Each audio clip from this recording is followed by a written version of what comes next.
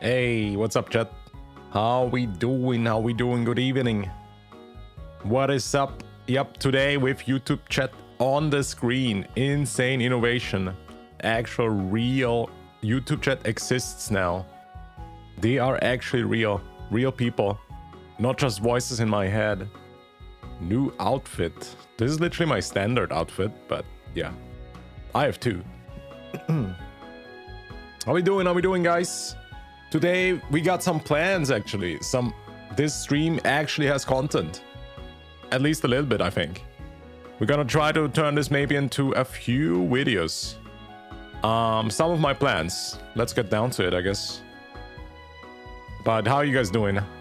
Let's say hello to chat. What up, Twitch chat? What up, YouTube chat? Virgil, Meliado, Kirby, G.O.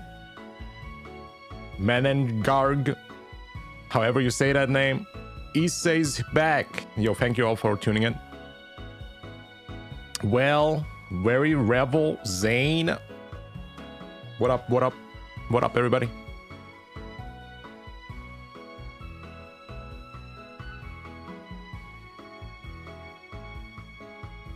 Yeah, I'm a bit roughed up because I had a little party yesterday.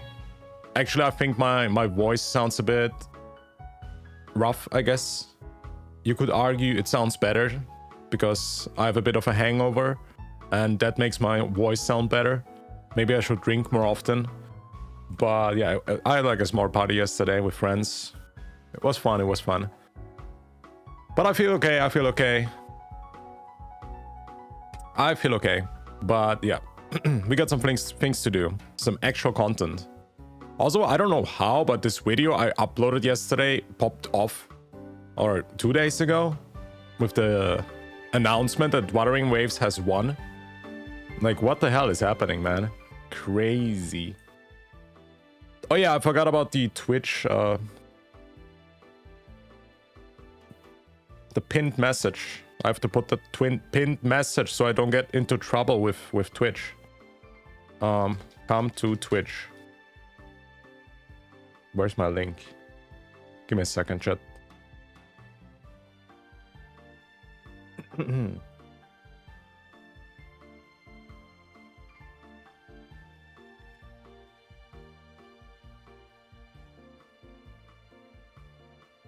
There we go. If you're SEA, Survey Elusive Realm and Tower of Adversity is gonna reset in 30 minutes. I'm done with Tower. I literally have maxed it out. What I need to do is the Overdrive soon. I still haven't managed to do that one. But also,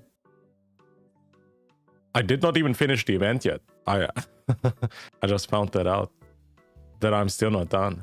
As you guys can see, I'm still missing this. I think previously I was not able to get it, but we should be able to get this now, right? Clear Nightmare revisits with 4 different main resonators. Clear Nightmare with 6.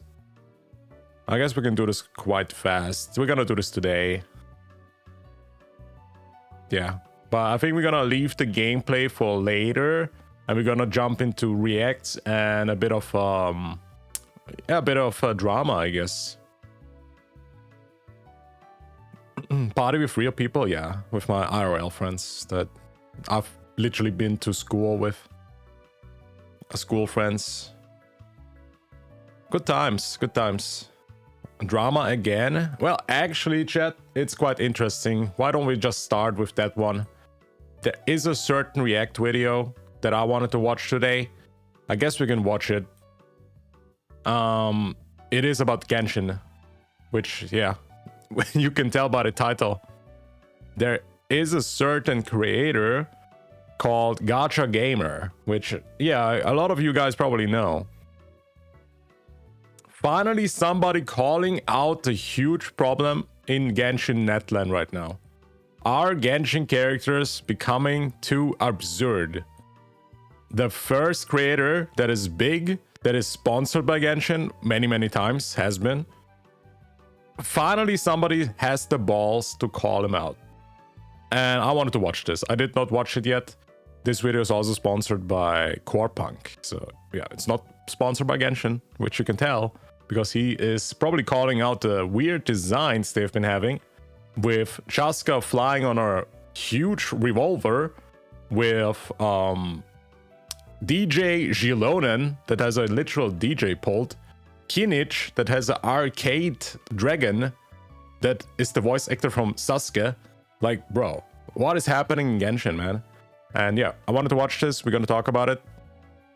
I also wanted to make a video about this, so good that he actually talks about it. Let's see. He's probably gonna be very, very careful with his words. He's probably not gonna shit talk Genshin at all, but I will. So let's watch. So, I'm not sure about you, but I feel like after playing in Natlan region for a while, it doesn't seem like the Genshin experience I'm used to. From character designs to exploration to really weird power creep, things just seem to be out of place. And so in this Oh my god. That looks funny. That's so goofy. Just seem to be out of That is so good. place. And so in this video, I want to talk about all of this because I find it really interesting the way I experienced Genshin these past few months. And I really do wonder which developer thinks this gameplay is fun, by the way. Not only is this very absurd, a flying gun, which doesn't fit into this game at all, first of all, but also the whole gameplay shtick. It's just so repetitive and boring. You charge your freaking weapon, you shoot. Charge weapon, shoot. It looks boring, man. I would never pull this character, to be honest. Just for the gameplay now. I'm the only one here. So let's talk about some of the crucial things that I believe are affecting the game right now. But first, this video is sponsored by Corepunk, an isometric open-world MMORPG that's bringing back the golden age of classics such as old-school RuneScape and Vanilla WoW. Okay. Not only that, it features elements from MOBA games, where each character has unique and responsive skills, but there's also 6 classes, with new one added each month, as well as satisfying professions and crafting, plus there's deep itemization and multiple branching talent trees with weapon specializations. And the world is super big already. There's 3 it looks biomes, interesting. 12 world Maybe I'm gonna play that. and Is over that free? 350 quests. Is the game free, chat? Voice characters by professional VAs. Best of all, there's no pay to win at all. It's a buy-to-play model with in-game store that only offers cosmetics. So I like start the playing style. Corepunk in early Style looks access good. by using my link in the description. Buy one of the bundles at the store to join the early access and help support my channel. How much dollars? $36. I mean, it's cheaper than Diablo. Look, let me be clear first. I've actually enjoyed Natlan region as a whole quite a lot. As you can see, I've obtained 100% exploration on quite a few zones. The story so far... Yeah, because that's the only thing you can do nowadays in Genshin. It's just explore. Mint picking. My opinion has been pretty intriguing, especially if the captain is That's no involved. content. Hence, I also love the fact you can possess different kinds of cute saurians to explore Natlan. But Cute. I also noticed some weird design decisions. So I Yep. want to talk about quite a few of them. And in I've quite a feeling that it's gonna be even more absurd with upcoming characters. And everybody knows what I'm saying. A certain drip marketing already happened with a certain motorcycle. Yep, we have seen it. People didn't like it. Sid Lali got more likes on Twitter than Mavuika. And that is such an eye-opener that people think it's freaking weird. It doesn't fit in. It looks weird and absurd. And this is supposed to be the god of war, the god of freaking war, on a motorcycle. That looks like it's from Tron, from a Disney movie or something. It looks so out of place, man. this video. And yes, I know about the pyro... Next is gonna be a car or a tank. Yep, we're going to Snezhnaya and we're gonna recreate Ukraine war. And there's gonna be tanks and cars for sure. I wonder what they're actually gonna do there. Archon's motorcycle from Drip Marketing, which I'll cover a bit later in the video. Oh, there it is. There it actually is. Yep, we got the motorcycle uniform. First of all, I would have been fine. I would have been accepting this design because in the end, she looks decent, okay? While it looks weird, and I would have definitely chosen not... If I would be Hoyoverse, I would not accept this. This is a Zenless on Zero design. This should have been in a different game. Doesn't fit into the freaking zone of Natlan, which is about dinosaurs and having no technology at all. But no, they put in a freaking bar, a freaking motorcycle queen that goes to a bar once a week to get drunk. Oh man, it's a bit weird. But what does he have to say about it? Let's see it. For now, let me talk about the exploration. Alright, by now, every single Natlan unit that came out has some kind of powerful mobility skill, like Mulanni riding her. So people have the urge to pull them because the traveling in the game is just super slow and boring. That's why you pull characters. It's the only reason, man. They want you to freaking... they sell you freaking solutions for problems they have created, okay? They made the overworld traveling on purpose so bad, so you have to pull characters so it feels better. Yep. I mean, smart. A smart move, but I don't think that players like that. Sharkboard on water, Kinich spamming his grappling hook, and of course, Chaska can literally cover massive distances with her flying gun. And, I mean, if you're in Natlan and pulled for one of these characters, there's very little reason not to use them to accelerate... Dude, look at this. That is insane. So, spamming his grappling literally cover massive... I don't know how long this path would have been taken if you just don't have Chaska. How the hell do you even get there if you don't have her? Huh? What is this? This is gonna be like taking me a week. I gotta take a week off for work to get to this island there if I don't have Chaska. You can fly as a bird. Gun. And I mean, if you're in Natlan and pulled for one of these characters, there's very little reason not. No, you cannot tell me the bird has the same capabilities as Chaska, because Hoyoverse will make the bird worse. They will make the dinosaurs on purpose worse than the characters, so you actually pull the character and don't play the dinosaur. Okay, it's you can say whatever you want. I don't believe it. I think the bird is probably worse. Yep. To use them to accelerate exploration by a tenfold. Using bird is bad. Okay, there you go.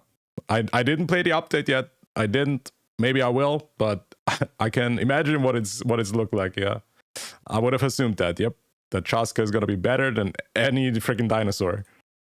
Honestly, I think part of the reason why I was so motivated to 100% these zones was due to the fact everything was happening so quickly compared to any other region. However, if you step out of Natlan and go anywhere else with these units, they kind of become similar to any other unit that can move fast, like Yalan. They become useless, just say it. It's a freaking joke. They only are good in Natlan. They are freaking... You have Mualani, you spend $300, you go to Mondstadt, you can freaking maybe use this, what is this, a shark? You can ride on the shark for maybe 3 seconds max, and it's gone. Okay, it doesn't do shit.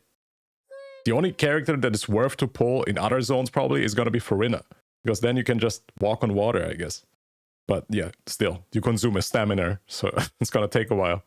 Wanderer, Sayu, and so on. And it's strange really, because I don't know if you guys remember Skylanders, but I was obsessed with this collectible figure game. You put the figure on a special scanner and the Skylander shows up in your game, and then you can use their unique abilities. And it seems like the design philosophy for Natlan units being powerful in Natlan feels kinda inspired by Skylander expansion designs. For example, in Swap Force, some Skylanders... No, it's inspired by Zelda, the Majora's Mask.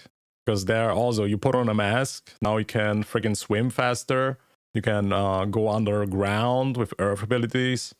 It's freaking from Zelda, man. First they stole it from Breath of the Wild. The whole game is literally Breath of the Wild, and now it's Majora's Mask, okay? But yeah. I never played Skylanders, maybe it's right. Were mandatory to pass certain bonus levels, and in Superchargers, Skylanders could literally ride vehicles in some levels, and you can even buy more Oh, wait, maybe. Hey, is this like Mavuika gameplay right there? Is this literally... Oh, maybe that's like after Mavuika. After Mavuika, we're gonna have like this. Insane. Vehicle figures to experience the game in new ways. However, anytime a new expansion came out, those Skylanders you used became outdated or less prominent compared to their own expansions they came with. So it's kind of funny how Natlan units are... I was really wondering who actually played Skylanders, by the way. Wasn't that like the game where you bought figurines and then you put them into the game? Or am I mixing something up here? I think. Maybe it was something like that. You could go to Toys R Us and buy a toy and put it into the game. Yeah, I mean, interesting. So you actually played that game? Gacha gamer? Really? In Natlan in terms of exploration, but everywhere else they are completely tuned down. Anyway, sorry for ranting about Skylanders, I just wanted to finally find a reason to talk about it on this channel. Still, you know what else is super limiting but super strong for Natlan characters only? The artifact sets. Like Obsidian Codex is just straight up unusable by anyone who's not have Night Soul Blessing State. But for Natlan units, it provides That's also such a weird design decision to make a meta that only works in Natlan. Literally. Like, if you don't use Natlan characters all together, you literally cannot use them. So I hate that. Why do you make characters that work only with certain other characters? Of course, it incentivizes you to play with them, but still, like, I hate that limitation of characters. Make the characters flexible. Make them, you can play with anybody. Why is this even a thing? It's so dumb. 40% crit rate boost plus 15% damage boost as well. While the hero set, sure, the 2 set can work for units who are not from Natlan, since Night Soul bursts can be triggered by anyone, as long as there's one Natlan unit in party, and even the 4 set can provide a small but decent 12% elemental damage boost if a unit is not in a Night Soul Blessing state. And honestly, for some characters who are just built purely as supports, this can be a decent option. But this set absolutely hard carries someone like Kachina and Auroran, turning them into a similar power user as an animal character who utilizes Vivi set. But the thing is, going back to Obsidian Codex, I honestly think it was a bit too much to design it strictly around Night Soul Blessing state. No. Because, for example, when Fontaine came out... It's literally just limiting the whole freaking game. It's literally what Genshin Impact is. You play a freaking part of the game that is so limited and you gotta move on to the next zone. It's like everything before that doesn't exist anymore. It's like, don't use the old characters, only use the new ones. Forget about it, man. They don't exist. Only pull Natlan characters and play only Natlan characters. Forget about the past ones. They're useless now.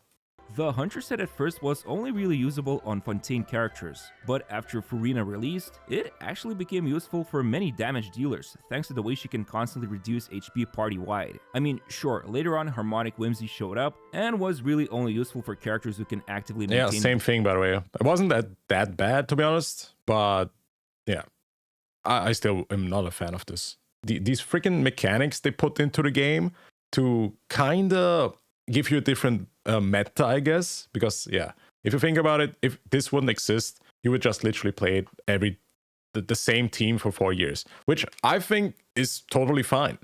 Like, okay, just make fun characters, make good gameplay characters. I'm gonna make different teams. Why do we have to put in a mechanic that is freaking so limiting again? Bond of Life, man. They literally just did this so you cannot play Furina with Alecino or anybody else. Bond of Life, but still, Obsidian Codex is completely limited to Furina units nerf only, unless Hoyo decides to release a unit in the future who can provide Night Soul Blessing state for anybody in the team. Anyway, so those are some of the design decisions I found weird so far, but what about the characters themselves? So far, a total of 6... I hate this little shit, by the way.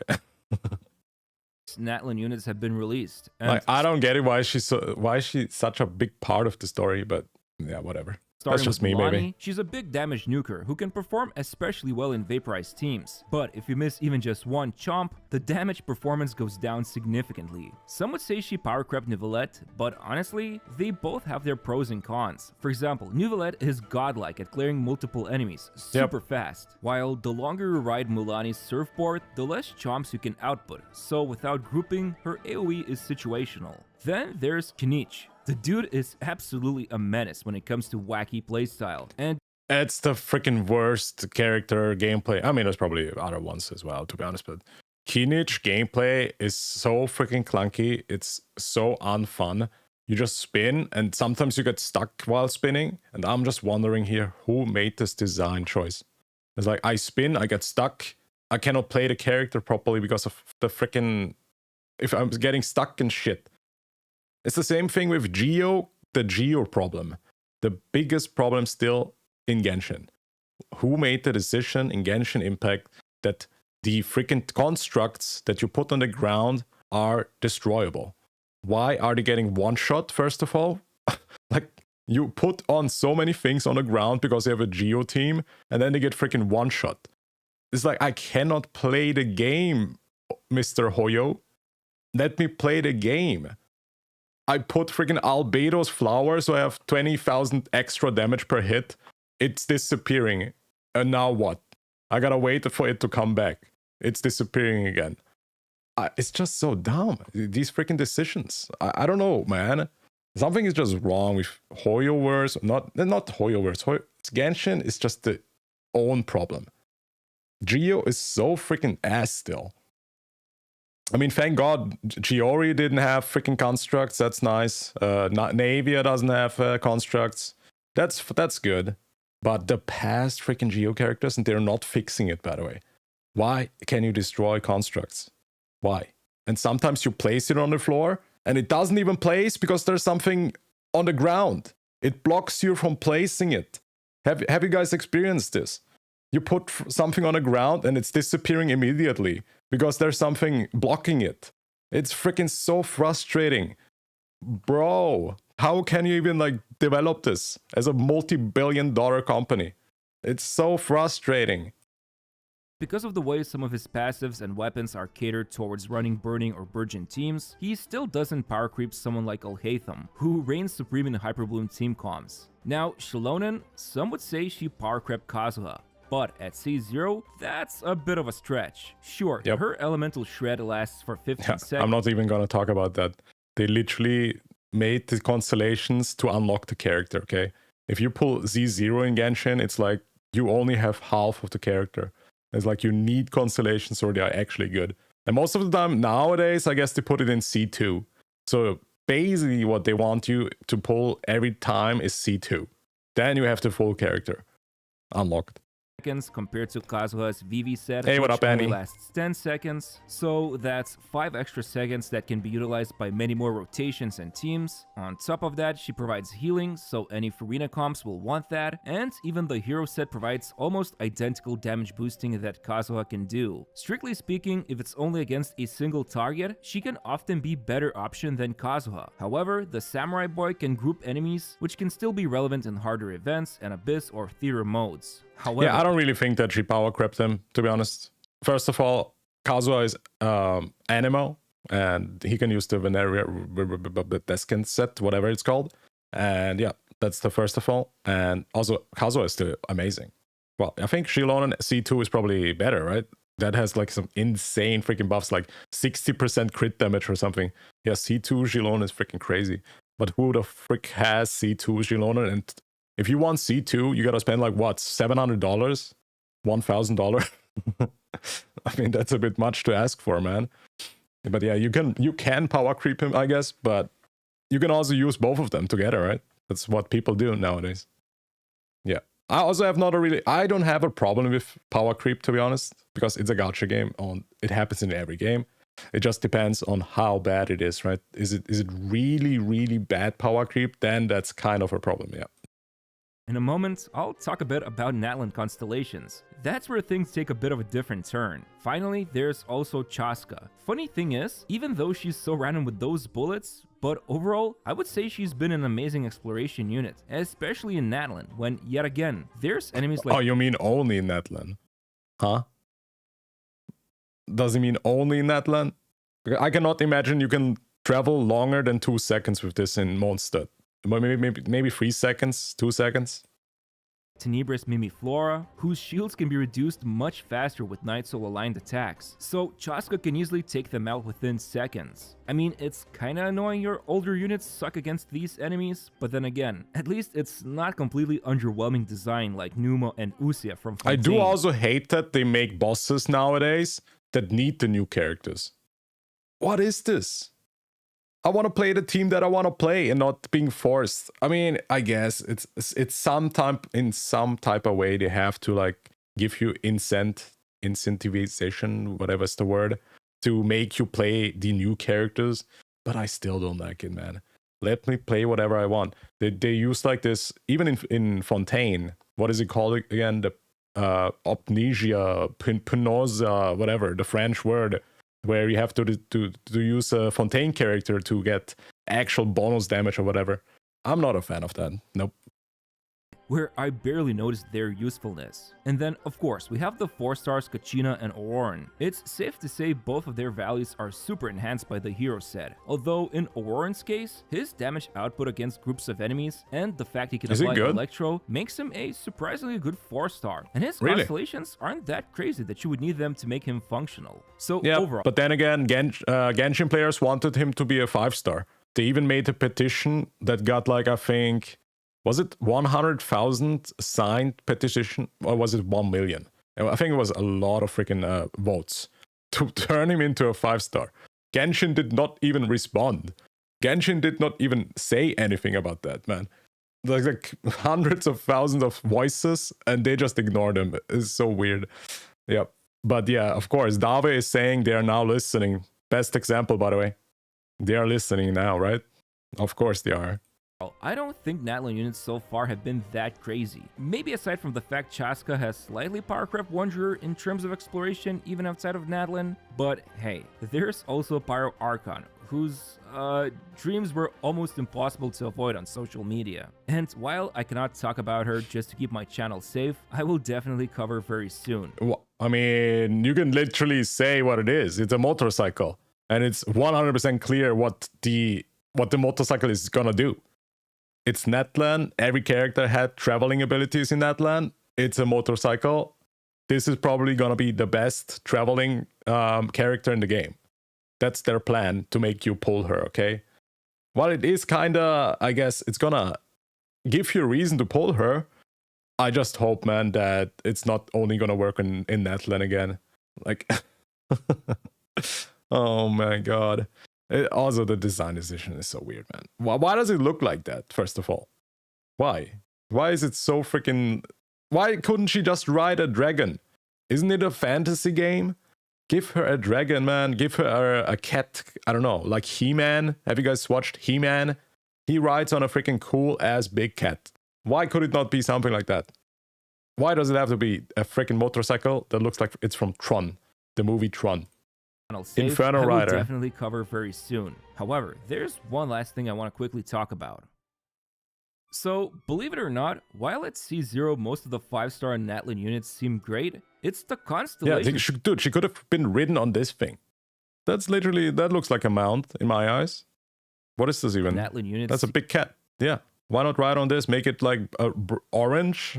Make it fire looking and fixed. There you go. Seem great. It's the constellations that have been pretty wild. For example, C2 Shilonen becomes an absolute monster of a support. Oh yeah, there it is. That is freaking insane, by the way. Look at this. C2. I mean, I wonder how many people pulled C2, which is like a $700 to $1,000, man. If you lose the 50-50, I guess. If you're lucky, it's probably cheaper, but still. I think a lot of people just got C2 because they made it so freaking good that everybody wants it, okay? Even I was close to make the decision to get it. That is a freaking...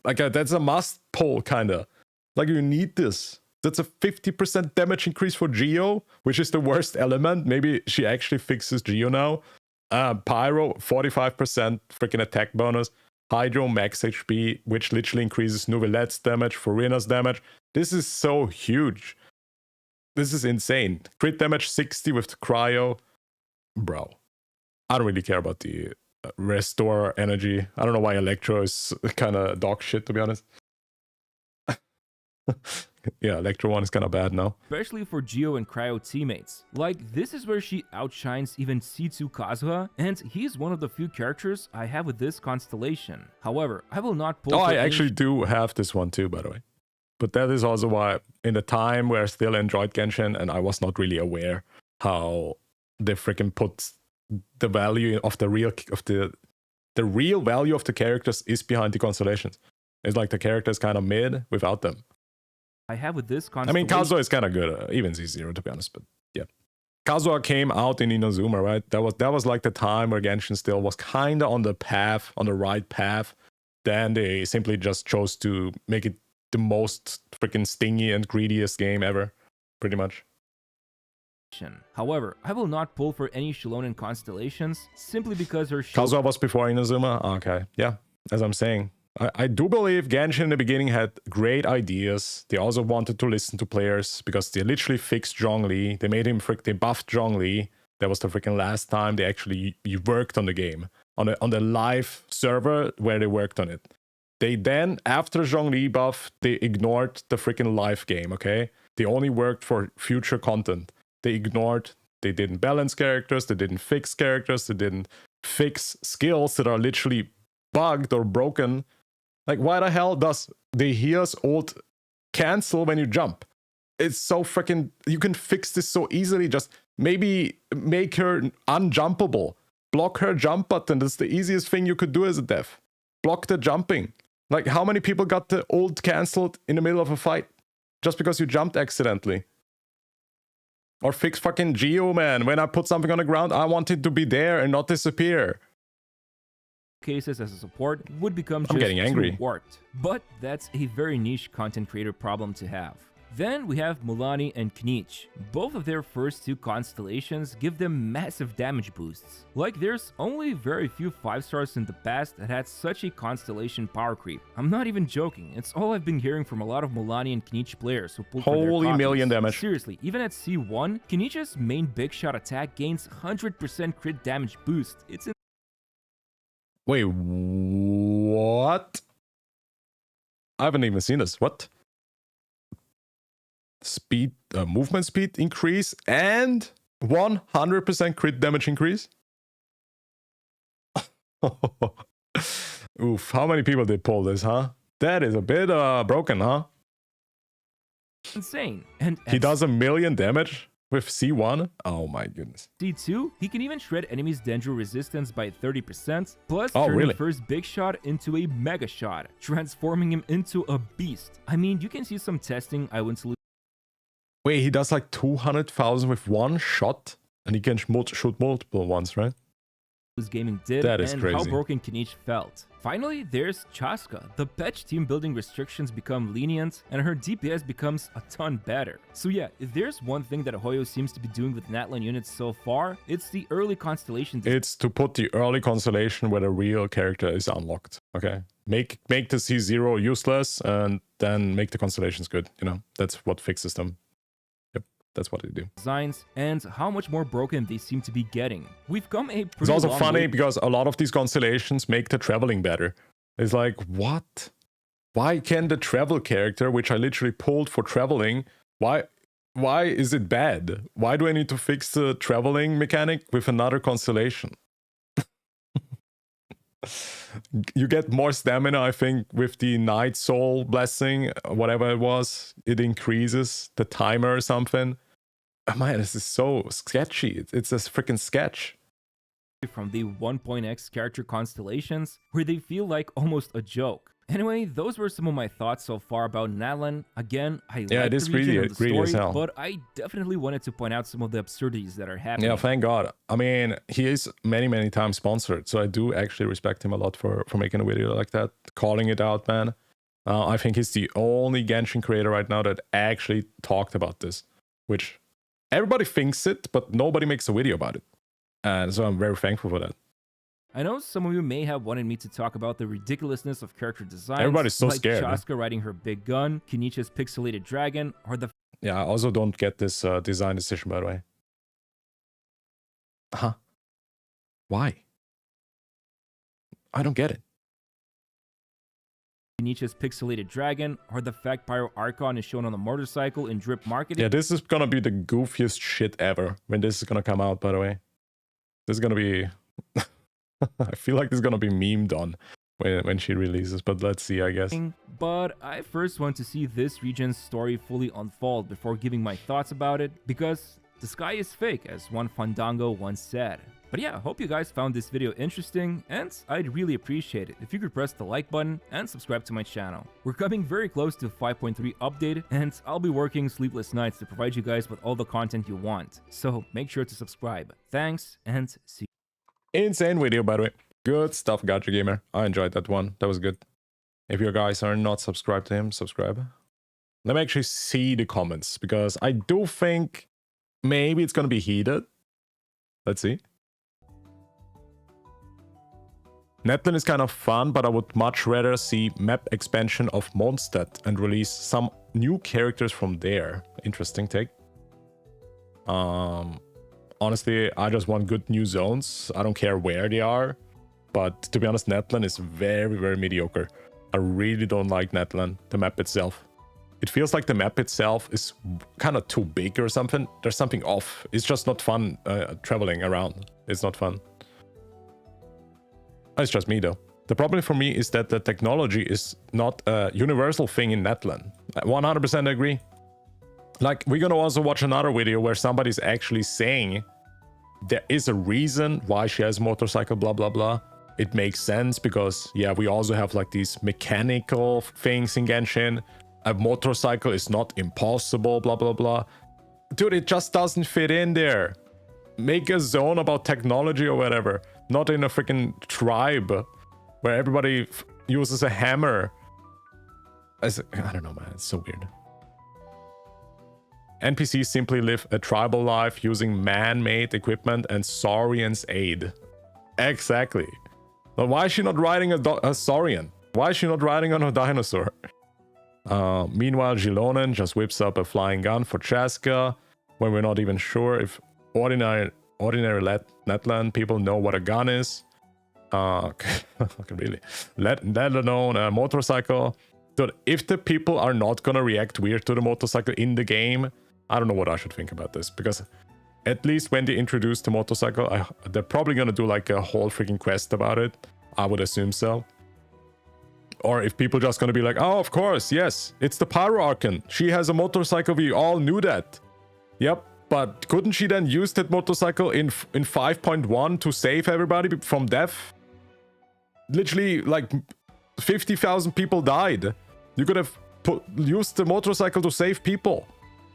But no, she doesn't have it. Whatever reason that is. I don't know. Roller skates, DJ set, yep. She's an ancient name forger, makes sense. Yep. A lot of people agree here, by the way. 900 likes. Mavuika is Inferno Rider? True. Because it's cool. Hey. It doesn't fit in. Okay? It's that easy. If Natlan was a military nation like Girl Frontline 2, the deck would have made sense instead. Dude, I'm not against the motorcycle in general if it feels natural. If the zone is about technology, if other people are using similar things. But no, we have never seen a vehicle. I don't think we have ever seen a single freaking that comes close to a motorcycle. It's suddenly there. Exactly like the dinosaur arcade version from Kinich. It's suddenly there and everybody acts like it's normal. Like, bruh. Motorcycle to save thousands of people, let's go. I mean, she could have done it when she has it, no? Oh man, unironically, Genshin jumped the shark since Mualani. Okay, yeah, that makes sense. For a nation so invested in contest and so into battling the abyss at the very front line, the characters feel overly cheerful, comic-like with surfbirds. Yeah, not even talking about that the nation of war basically is not about war at all. There's a freaking dinosaur, Disney World. What a freaking, yeah, family-friendly kids show. That's literally what it feels like. Cyber dragons, disc players. Remember Fontaine used to be the engineer nation, developed clunky cameras, and a novelty has one rifle woman. And Chaska rides a flying colt. Dude, I loved Fontaine. Fontaine felt super coherent. Everything fit together. The aesthetic, the characters. Nobody kind of felt out of place. Everything made sense to me. And then you come to Natlan, and nothing makes sense. Nothing. What a downgrade, man.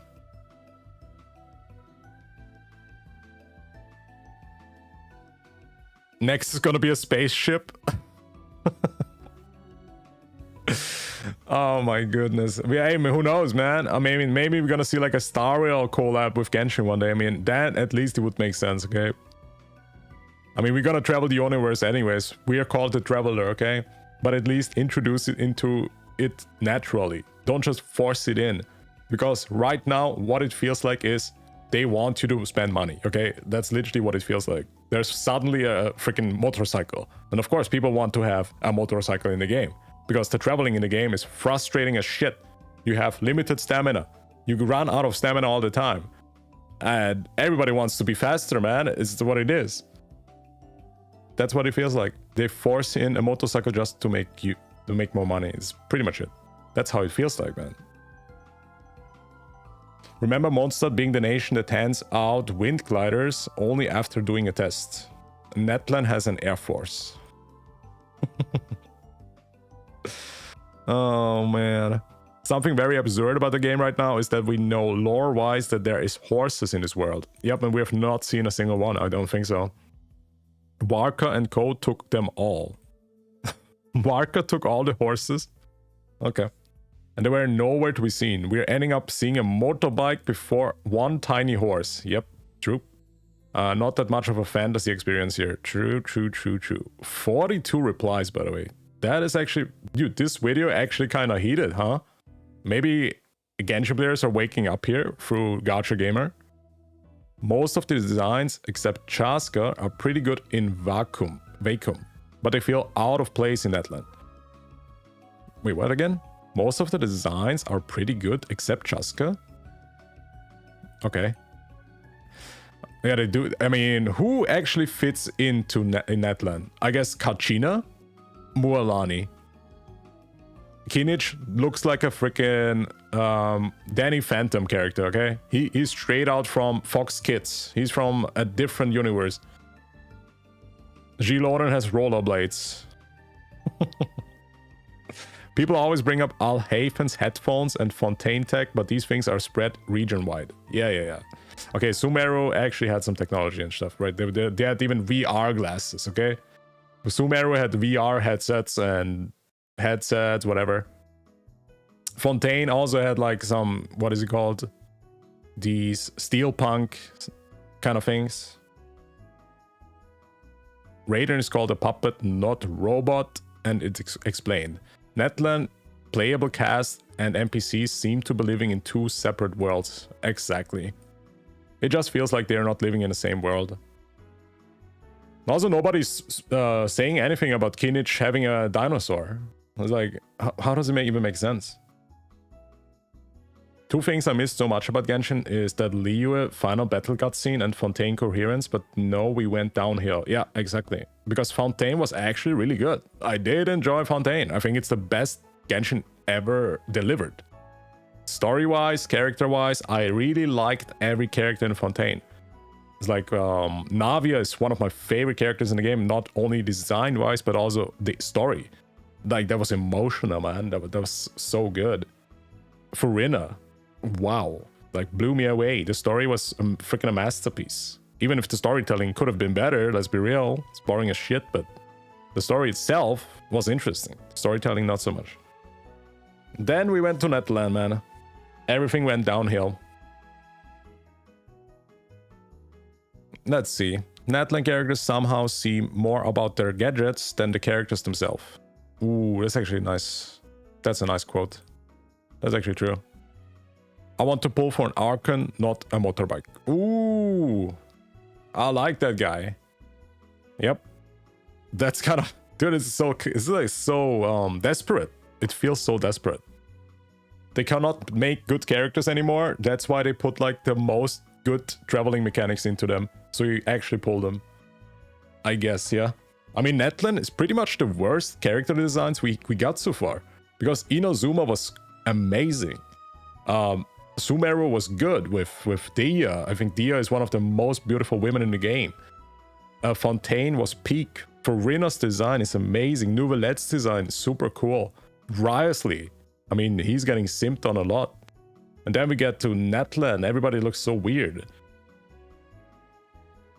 Like, how, man? Shouldn't the game get better after 4 years? Or year after year? Why is it such a downgrade? Why does it feel like Natlan is the first continent we ever been?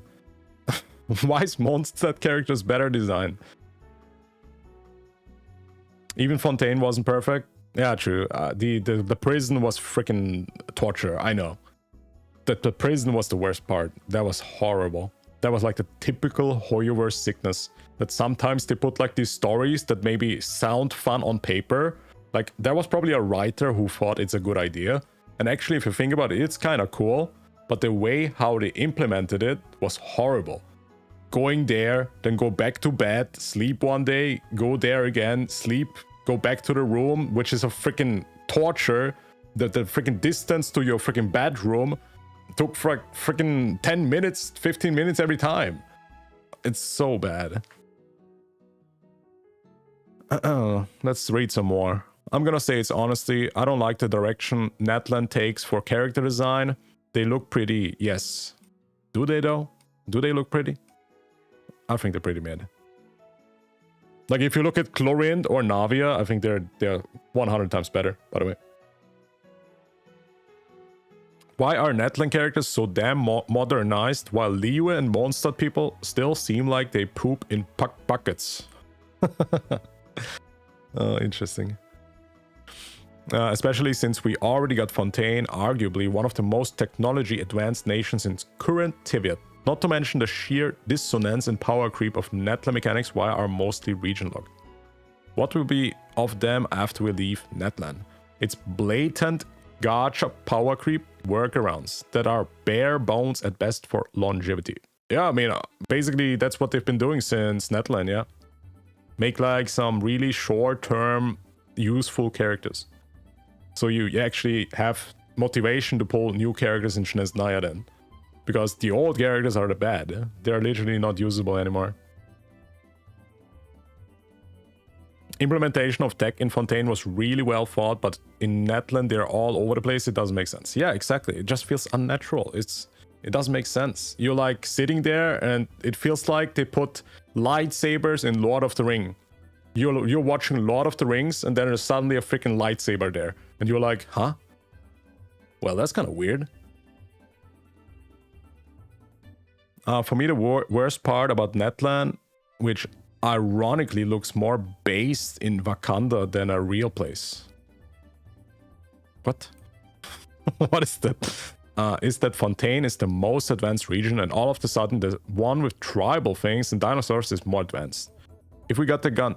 Yeah, I think if they would have introduced it naturally, slowly, like if they would have shown similar things like the motorcycle, it would not feel so out of place.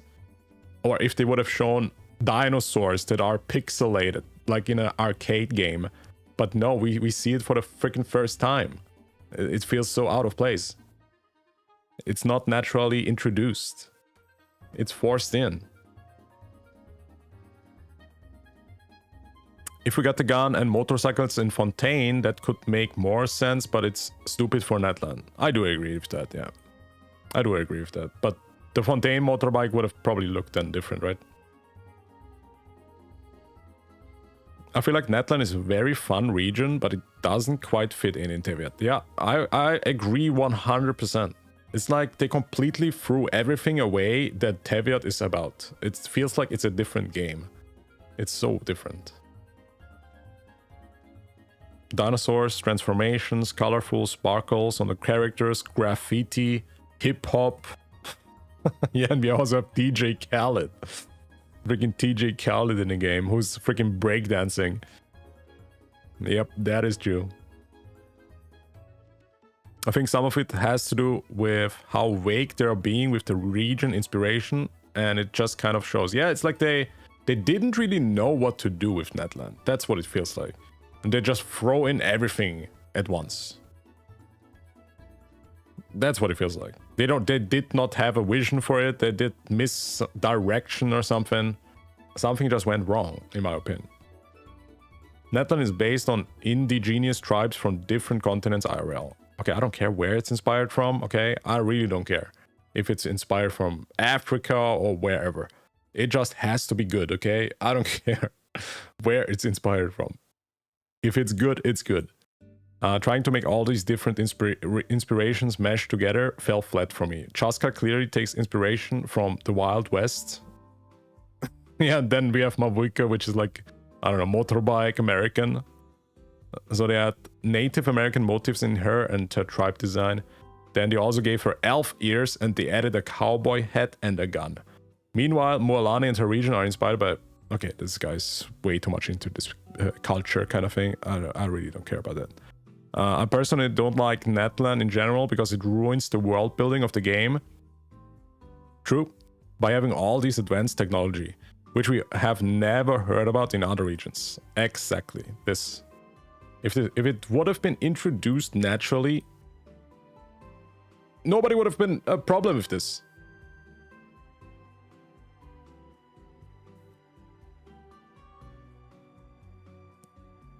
If you have no idea what to do with that nation, why are you saying it's Nation of War?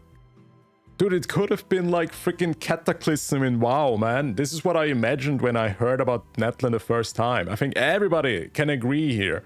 When we heard we're going to the Nation of War, I had in mind freaking volcanoes, everything is gonna be dark, no happiness, everybody's fighting each other, blood, dead people, dragons everywhere.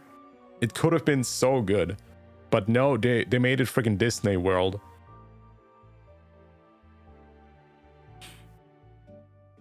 You would imagine that people in Fontaine or Sumeru mention it a few times or even use it themselves, but instead the nation was always portrayed as an isolated place that is constantly in war. The only war that is happening is with them, pretty much. Had the same train of thought the moment the Natlan trailer rolled. Characters just seemed out of place somehow, and it got worse with each new release. True. Although I do think because Fontaine was so good, design-wise, it just feels even more worse. Jumping into Natlan, making Natlan the next zone after Fontaine, which was peak, not the smartest choice.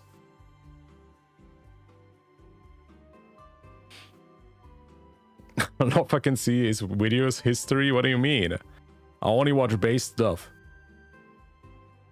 Personally, all these design issues would be fixed if Mavuika's bike was made out of pyro. I guess, yeah. Maybe, yeah. I think the design itself from the bike is also just weird. It looks like a freaking Tron from the movie Tron. Tron bike. And it would look less out of place by being intangible like Nahida's keyboard, auto attack, or Faruzan's burst. I think it would be just off-put if Zhongli suddenly whips out a bicycle for his ult. I mean, hey, let him ride on his freaking statues that he produces, okay? A flying statue, I don't mind. This has been in the case since Yunjin Guru, and none of the playable character skill ever created non-elemental objects. Actually, yeah, that's actually pretty true. Is there a character? Maybe there's probably one, I guess, but... That's true. She's literally casting a motorbike that spawns out of nowhere or something. I wonder how they're gonna do it. I'm just speculating. She's calling the motorcycle like in GTA when you call a taxi. You call a phone. She's gonna pull out her phone and call a taxi, and then her freaking motorbike appears. I think it would have been fine if the weirdness of the characters, if they didn't have such obvious expiration date. Yeah. It's just so embarrassing, to be honest. And people don't complain.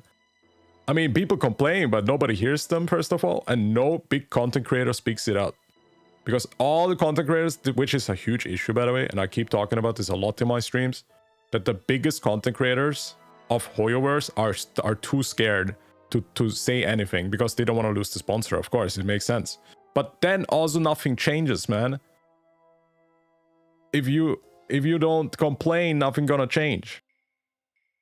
Everybody's just gonna accept it, man. I mean, get the bag, whatever, make money, but the game's just gonna be like this. I guess we're gonna have spaceships soon.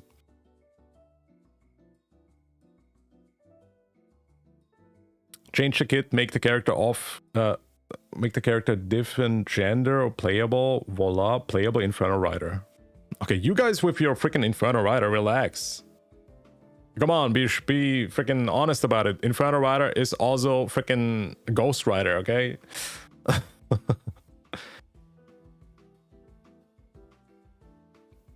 Personally, I think Mavuika's bike and Chaska's staff. Well, what is a staff?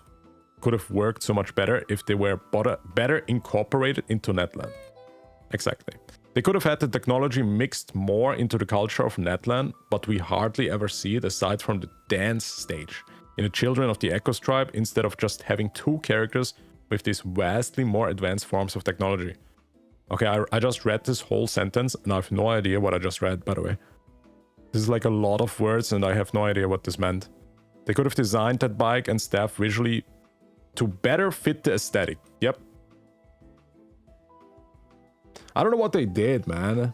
It's so weird. My head cannot comprehend their decisions. I can't. Who designed that bike? Zenless on Zero? Were they like having some assets left that were not used for Zenless, and then they were like, oh, can I have this, bro? Let's go to the Zenless department. Please design a motorbike. I mean, genuinely, I thought that Natlan has such modern-looking weapons because Natlan is built on top of the fallen civilizations of dragons. Dragons who had the most advanced technology in Teviot. I don't know. I just think Natlan is just doesn't fit into the freaking whole game. Even if one spoke out, the rest of them would turn on them and call them a hater. Hey, let's see, maybe... Is Gacha Gamer gonna get cancelled now, chat, because he said something like that? I think it was pretty fair in the video. I think it was pretty fair. He pretty much just said it's so different than what we are used to, right? That's pretty much what he said. And I'm so thankful, to be honest. The first creator who actually talks about that.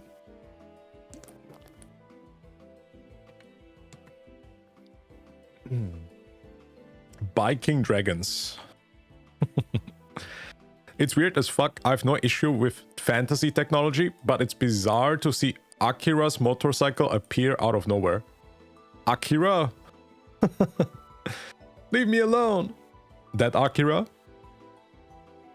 They're making Natlan so different on purpose, since the idea is that it's the nation most disconnected from the rest of Teviot. Okay, here we go, chat. Is this a Hoyo shell?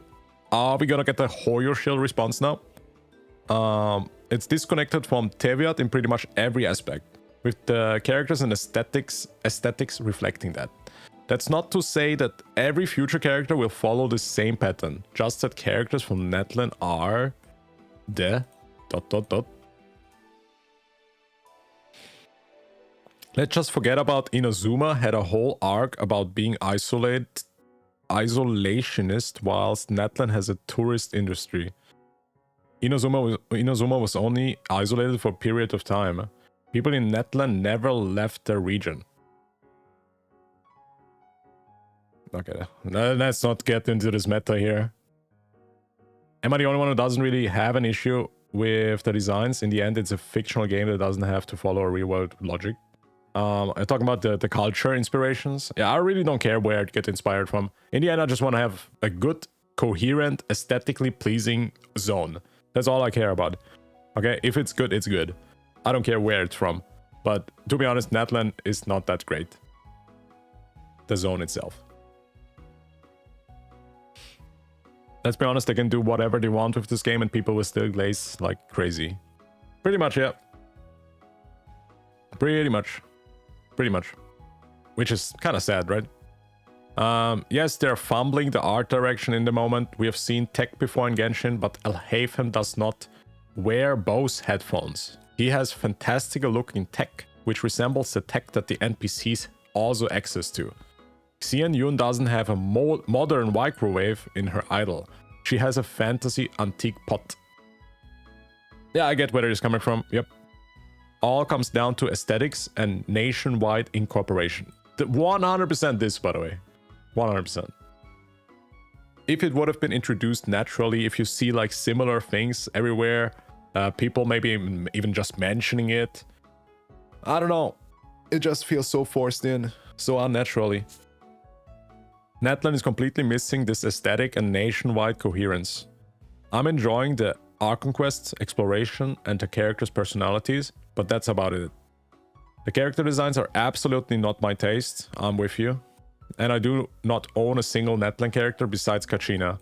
Based. Like somehow Mavuika is in a leather latex bodysuit with a zipper down her crotch in scorching heat. Oh, I like that person. That is so true, man. Why the hell does she have a zipper on her ass, chat?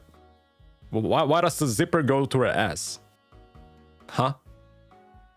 Gilona wears a glorified bra and micro pants with holes in them. Mualani wears a bikini, yet Kinich walks around in his pants, shirt, and a mechanic overall something. Why is he not mentioning the dinosaur, which is a freaking arcade game? The girls have barely one layer on the body. Meanwhile, Kinich gets 3 layers. Okay. The roller skates through the grass, dirt, and gravel are kinda odd to me. Jessica's floating giant gun looks off. I think that the gun that she's riding on is the goofiest thing we've seen so far, by the way. It's so freaking goofy. It's so weird. To use the bathroom? Okay. Yeah, that makes sense. To zip open when I... Yeah, finish the sentence, bruh. You won't. And I love the motorcycle look and sound. Phlogiston logic my ass. That thing sounds like a Oh, it's like some speculation here. The way the bike gets thrown... Okay, we're not gonna read this further. This is probably just speculation, and he did not see the leaks, right?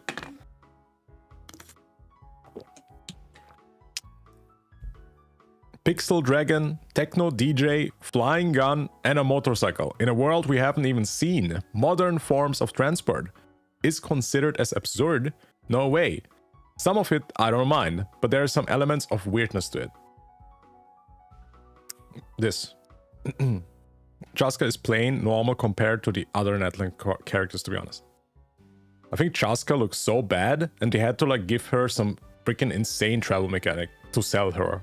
That's what it just feels like. Her design is really mid.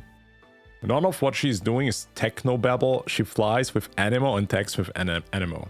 Sure, a rifle mount is unique, but you could also replace her boomstick with a broomstick.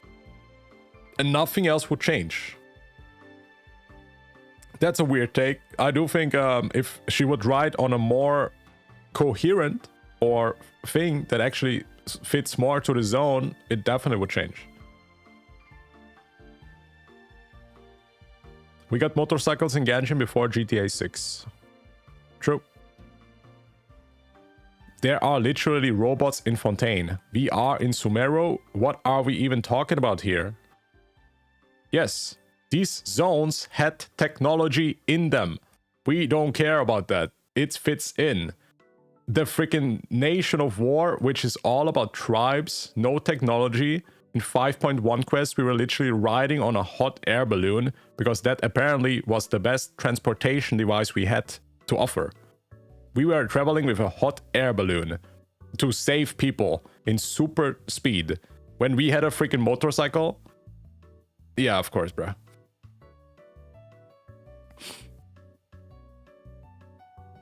Chaska should be flying on the dinosaurs like the rest of her tribe. Exactly. Yeah, I don't get it why they're not doing decisions like that. Make her ride on a animal or just like a animal looking kind of thing, you know? Why does it have to be a gun? Could also be just a gun maybe that looks like a wind, like the animal element, as other person said here. Why does it have to be a real gun? Yeah, the Pixel Dragon, yep. Look at the name. Oh, Steamed Bun. Oh, this is literally Steamed Bun? What is he doing here randomly? Oh, he's baiting. Okay, dude. He's probably baiting, is he? Yeah, it just doesn't fit in Natlan, man. It could have been any other zone. I just don't like how Natlan characters can't function fully out of Natlan. Yep. I would love to hear... Actually, I would love to ask the developers why are Natlan characters so useless out of the zone from Natlan? What is the design decision that the traveling is better in Natlan, and why is the traveling not better in everywhere else with the same characters? Well, what is the excuse?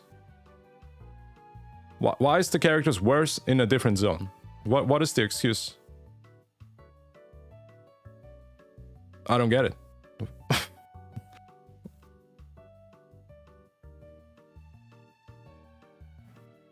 I'm at 0-20, and let me guess, it's gonna be a lukewarm take. He's not gonna take any serious shots at Genshin, saying he still probably likes some parts of the changes and the parts he does. Bro, this guy didn't watch the video and is commenting.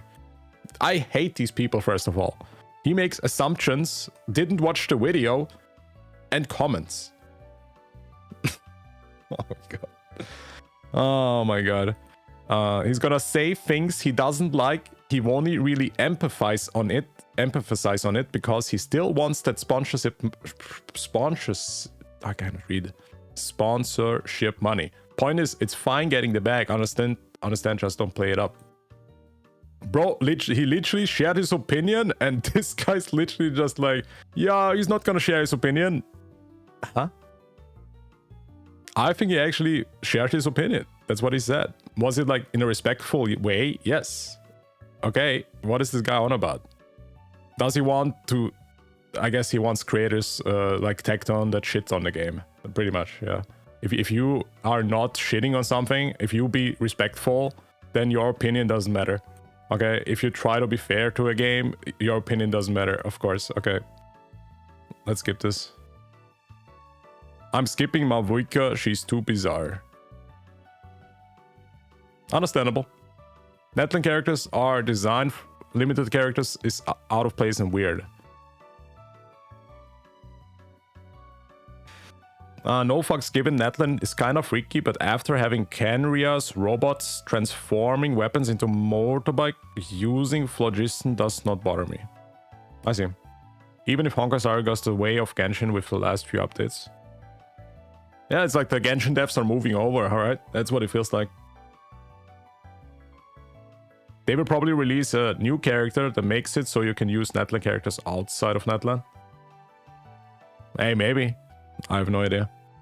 I do not understand where these Natlan characters are not good outside of Natlan came from. They are broken for exploration in Natlan. Are they broken in exploration of Natlan? Even in Natlan they are limited. What do you mean? You pull a character for exploration and then the good exploration is still limited.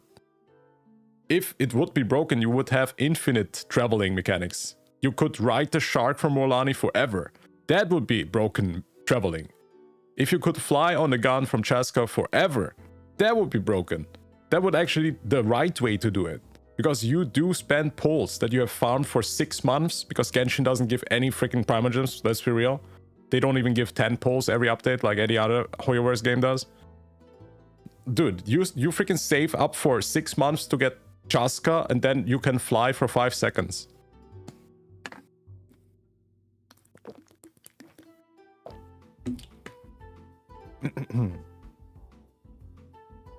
They're broken for exploration.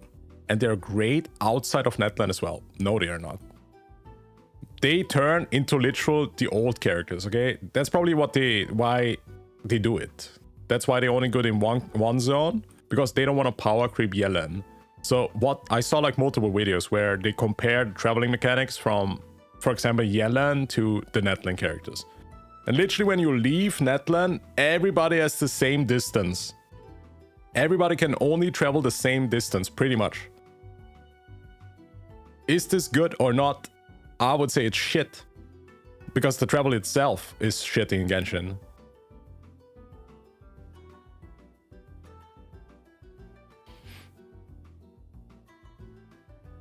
I wonder why Kaido still plays Genshin. I mean, sometimes the story is pretty good. In Fontaine, at least, it was. Sunk cost fallacy? Chat. I say it every time. There's not many other Genshin-like games except for Wuthering Waves. So what I have to play, I'm gonna play it, okay? If there's more replacements for Genshin, then I might drop it soon, okay? Maybe I'm gonna wait for Azure Premilia or whatever. But yeah, I'm saying it. I'm missing like open world action anime RPGs. So we don't have many options. What do you guys want? Imagine Acheron gets power creep. Now that's crazy. I mean, didn't she? She already got power creep like 3 times now, no? Or 4 times. Natlan character designs for limited characters is out of place and weird. It just feels like they have given up on continuity and are just throwing random shit together to try and be more appealing. Fontaine was French steampunk and Natlan is what? Australia 90s-esque? What is ska culture? I've never heard about that. I have no idea. But yeah, it definitely feels like they have thrown together like every freaking style possible or assets they have left in the freaking development studio. They just threw it all in. They made a freaking goulash, okay?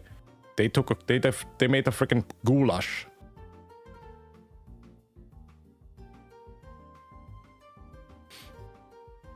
Natlan sucks. World building of Natlan sucks. They focused on music first, but only 3 playable characters have dancing idols. The bike and gun is old dragon tech and only a few people can use it. It should have been introduced in the first chapter of the Archon quest. True. Literally every other time it's introduced properly and actually fits in. I'm fed up people going, oh, Skara, Megaboss, Fontaine, bots. They are advanced, but Natlan cannot be. Well, for starters, Shneznaya, Fontaine, and Sumaru are all known to have smart people. Wait, what? Smart people in it who invents and invest in it. Look at Natlan. The Pyro Archon travels around in a bike while her people still are living on the Stone Age. Yo, can like a NPC borrow her bike, please? He wants to go shopping in a supermarket. Can an NPC get the bike for one day, please? Can I like rent it? Uber? Don't insult goulash like that. Relax. Wuwa killed my desire to explore Natlan map. I'm with you there, yeah. I mean, not even with the dinosaurs, the traveling is fun. Because even the dinosaurs are so limited, man. If they would have made them at least better. Or just more useful. Even the dinosaurs, which should have been given you the reason to explore. Because, yeah, using a dinosaur should be fun, right? But even the dinosaurs are frustrating. I get stuck with them. Some of them cannot even walk on the ground. The fish one, you have to use them in the water. If you leave the water, they're literally useless. Like these decisions, man, it's so frustrating.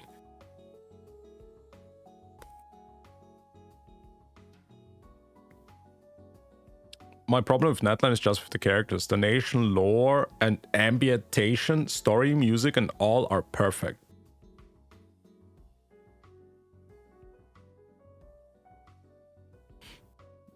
If I say now, Natlan has the worst music we've ever gotten, is this gonna be a true statement, chat?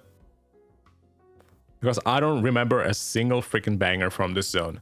In Fontaine, I can literally tell you like 4 or 5 songs in my playlist. Like Fontaine has freaking bangers. The battle theme song, whatever it goes, but the battle song in Fontaine was peak. There was like this song in Farina's quest. So many freaking bangers. I think Natlan, I don't remember a single one.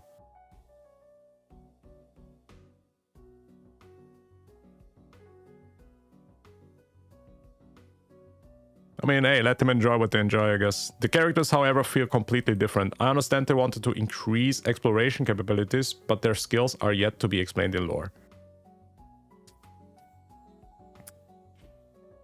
I just wonder who the hell made the zone like that. They literally built a whole zone to make you pull the characters, if you think about it.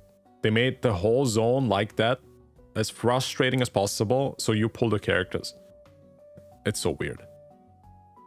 Where does Malvuika's bike even come from? Or Gilonen's DJ table? How did they come to be? It cannot be as simple and boring as, nah, Gilonen is just build it. There has to be an important lore-wise reason as to why these objects exist. We are not giving any explanation about that. Yeah, what about the pixel dinosaur, by the way? What is that? What is this reason gonna be?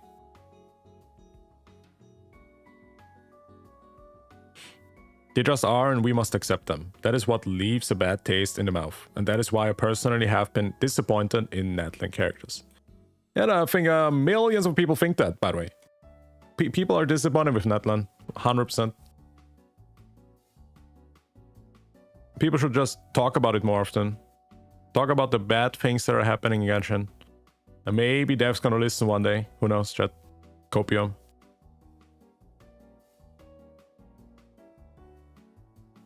You are lying? Stop with the neutral comments. We are here expecting you to speak about the real absurd situation of Genshin, not the power creep. It's getting out of place and we are interested if you talk about the flying gun. I have no idea what he means here. Wait until later patch, he said. Okay, maybe he's gonna cook Genshin in the next video, chat. But why do people have a problem him being respectful to the freaking sponsorship from him? He got like hundreds of thousands of dollars from Genshin. Why should he be like shitting on a game? He can still be respectful. What the fuck? Why are people like expecting him to shit on the game? Bro, his whole channel got big because of Genshin. From the whole Natlan OST, only Anthem is memorable. I don't remember a single freaking tune. We have a whole lore quest on Raiden's Wuwa sword, and now we have a bike with no explanation. I mean, let's see, chat. I do think they have gonna be explanation for the bike. Maybe she's gonna call in Uber, and then we're gonna have like a bike. That's gonna be the introduction. I do think in the next patch they're gonna introduce it, right? It does have... It's probably like some legendary artifact or whatever. That's probably gonna be the explanation for it. I'm just assuming. Considering the CEO change, maybe they might start changing, maybe. I mean, we can all be honest here. They have now been improving the game more than ever before, okay? In terms of quality of life. They have never done this much quality of life, ever. They literally were idle for 3 years, okay? They did not work on a game. They only worked for future content, and they did not work on the current live service game, on the live game. That's all they did. So yeah, they are working on a game, but just a bit slow, to be honest. Very slow, to be honest. We still don't have loadouts, by the way. 4 years later.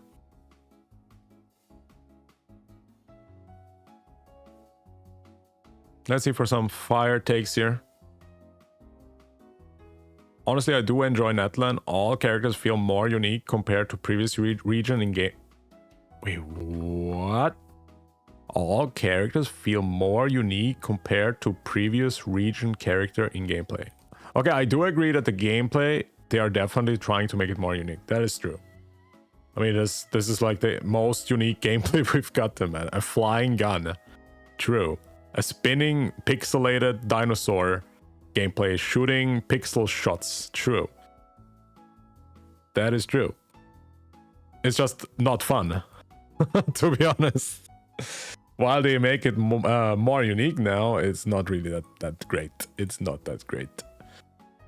I really am not a fan of Kinich gameplay. It's so repetitive and feels so clunky.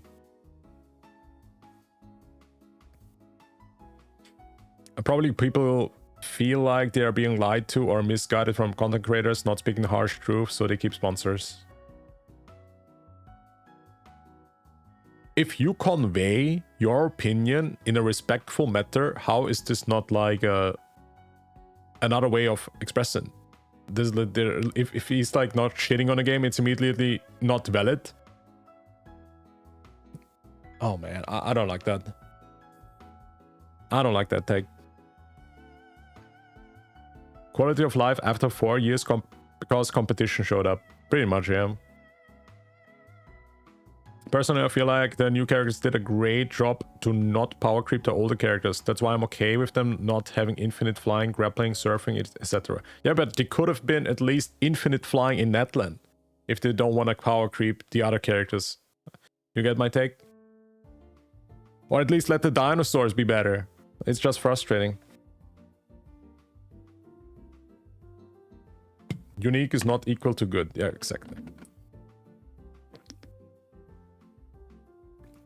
You could have thrown all Natlan characters in Sumeru and no one would say they're out of place. All Natlan characters into Sumeru. Okay, yeah, Kinich definitely fits in there, yep. I'm not sure if Mavuika fits in there. Even Mavuika would look odd in Sumeru, I would say. I mean, Dia... I mean, does Dia wear leather? Is there any character who wears leather? Like that? Latex? Snezhnaya is probably gonna be the place where you can glide on ice and jump into the space. No, I think Snezhnaya is gonna have like characters with skiing, snowboarding, and whatever you do in mountains. It's gotta be, you know? I mean... Hey, it worked in Natlan. They made so much money with Natlan characters just because people feel like they have to get the character to have a fun experience in the game. It's like the huge difference to Wuthering Waves. You don't need to pull in Wuthering Waves to have a fun experience. That's the huge difference. In Genshin, they lock the fun behind the characters. That's what they have been doing since launch, pretty much. It's quite desperate and very greedy. I'm feeling the opposite. I love Natlan characters. I know there are people who just wanted the classic spear dude, claymore guy, book lady, sword bro archetype, but I'm glad they created much more original characters. Yeah, we are in the nation of war and we get a motorcycle. Yep. And I'm actually glad that the ancient dragon technology is being used as weapons. Okay, I have no idea. Is this like leaks? I have no idea. I skipped the whole Natlan cast because of this clown edge. I really hope they will stop this nonsense after Natlan ends. This is horrible butchering of artistic style and common sense. This is exactly the response of like somebody who feels like it feels forced in. As I said like now multiple times, if they would have introduced it naturally into the zone, nobody would feel this way. But it feels like forced in. It feels unnatural in the zone and forced in.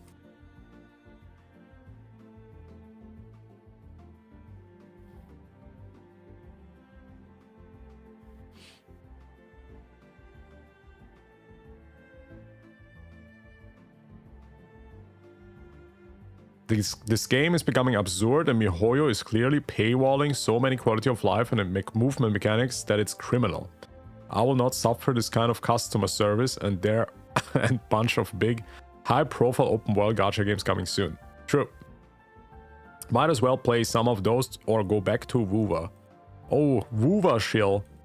Is this a Kuro shill? Kurobot? Based? At least the devs there don't nickel and dime fun behind restricted characters. There it is. My man. Or destroy what was left of game balance and lower by suddenly having magical guns act as airplanes.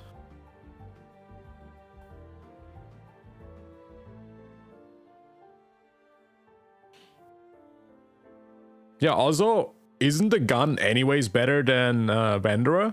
I do think Vandera had the best traveling mechanic before Cheska, right?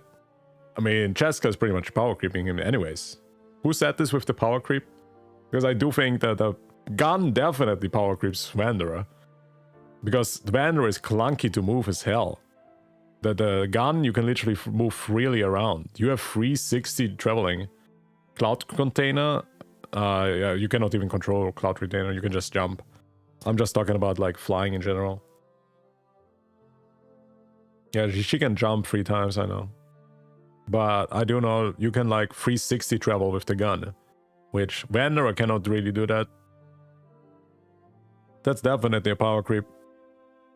In terms of traveling. That was an incredibly skilled bait gacha gamer, the likes of which only a content creator could pull off. We all thought you were going to talk about the character designs, but no. Did this dude even watch the video? He was talking about the character designs. How did people upvote this shit? He literally talked about it. Huh? Okay, these guys, man. Why am I reading this shit? What happened? Did Wuwa win? Yeah, Wuwa won Mobile Game of the Year on the Gaming on Phone Awards. I made a video about that if you want to watch it. Yeah, they won multiple awards, which is actually super nice to see, man, because they deserve it, chat. They deserve all the fruits they have been seeding. The effort paid off, and you can see it, man. They win all over the place. And next week, chat, we're gonna win the TGAs too, right? The TGAs are ours to win. The Wuwa bots, the Kuro bots will be celebrating. And then Zenless on Zero is gonna win. Because they gave away now a 5-star, chat. They announced the 5-star now. Now Zenless is gonna win, right? Probably. Let's see. That's gonna be exciting. It's gonna be very interesting, the TGAs.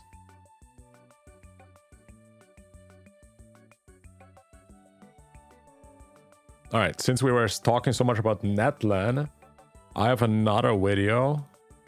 We literally talked now 1.5 hours about Natlan. But one more video about it, then I'm done for Natlan stuff.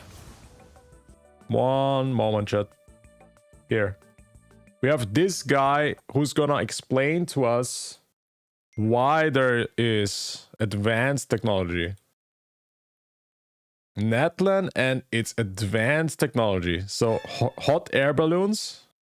Oh, VTube outfit change. Okay, of course, no problem. Here is the advanced technology, hot air balloons, chat. Of course, they also have, if you see this, you would assume there's of course also motorcycles, right? Because if they have like this crazy technology, which is air in a balloon, then they of course also have motorcycles.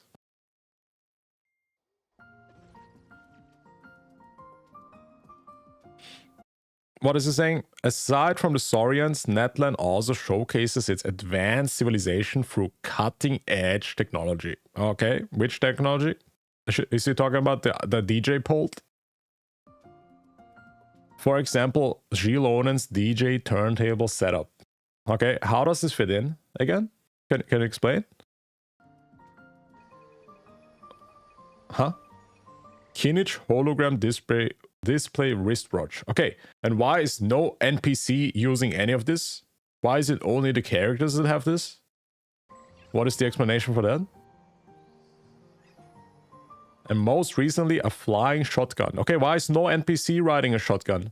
Or anything that flies? Why are all NPCs freaking hammering like a Unga Bunga Stone Age character? Why does no NPC have anything? Because the NPCs did not pull a 5-star. True. NPCs are broke. They also look pretty broke, to be honest. They don't have $700 to get one Shaska.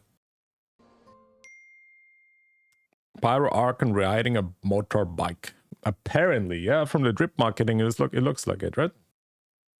Okay, how does this make sense? This has been a hot topic on social media. Some people love it, while others are not happy about it. I would actually argue that most people don't like it. I mean, most people were already getting triggered by the outfit from the Mavuika from Motorcycle Design, with her latex leather, with her huge zipper, the ass zipper. People were really talking about this already. Now it's getting even worse with a freaking motorcycle. Wait, what? Critics claim that Mavuika's motorcycle breaks the fantasy vibe Hoyoverse has carefully built over the years. I don't argue about this. It feels off in the zone. I don't care if there's motorcycles. I really don't care if it's introduced properly. If the zone is about motorcycles or anything similar to that. I really don't care, man. But it just feels like they put lightsabers in Lord of the Rings. That's what I'm saying. It's like you watch Lord of the Rings and then suddenly pulls a lightsaber on you. And you're like, oh my god, what? Wrong movie?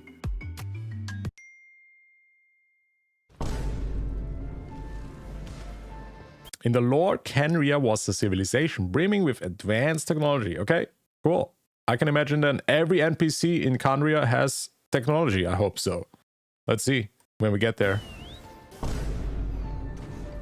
They created war machines, robots that are now scattered all over Teviot. Okay, why did we not see any single motorcycle so far?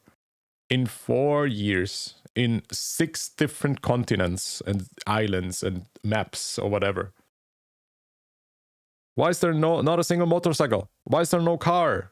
If there is this technology, where is it?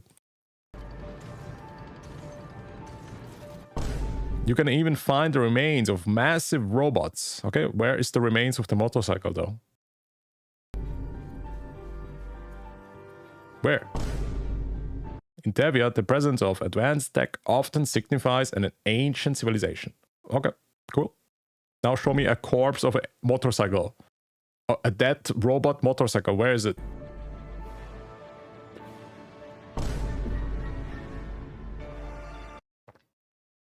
What was this? Wuwa herself comes from 500 years ago. So maybe her motorcycle is just a relic of her time. Okay, but where is like any... If there was motorcycles 500 years ago, why is there no motorcycles now? Hello? Who made this video? Shouldn't the technology even advance in 500 years then? What? If there was motorcycles 500 years ago, there should now be flying spaceships everywhere, bro.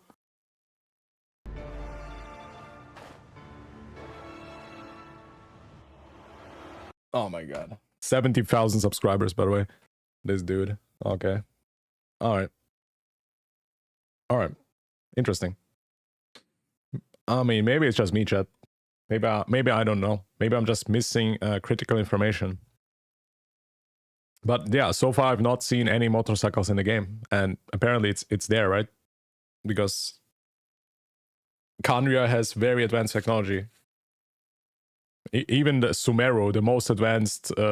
wasn't Sumeru the most advanced one? Or was it Fontaine? Not a single motorcycle there.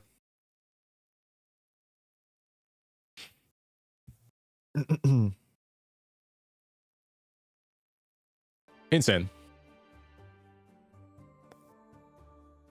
Insane. Add in 1 minute. Alright.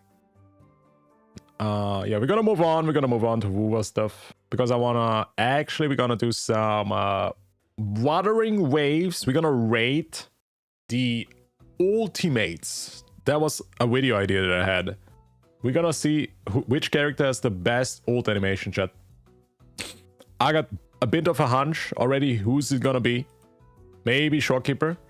I have quite a hunch who is it gonna be. You play Wuthering Waves? Yes, I do. Insane. Yeah, we're gonna watch a video. We're gonna watch all the ultimate animations. And we're gonna give a rating to each of them. Yeah, I do think Camellia one's probably, yeah, a contender, might be. Finally, Wuthering Waves almost slept through the Genshin stuff. Yeah, I think it was like almost 2 hours of freaking Natlan. But yeah, I wanted to talk about this so bad. And since Gacha Gamer uploaded this video, which literally nobody else made a video about this. He is the only freaking creator who actually talks about the bizarre things that are happening. He's the only one. It's him. He is him. So I respect that a lot. And I thought it's the perfect time to talk about it. Let's see how long I'm gonna take for this. I'm probably not gonna be able to do this, chat. I'll be real. I'm too dumb for this. Wait, I'm actually done? Oh my god. What?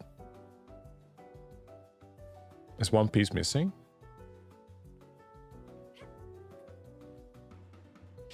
The others want to keep their bags? Yeah, understandable, but then I'm like, you know, we used to care about Genshin, you know?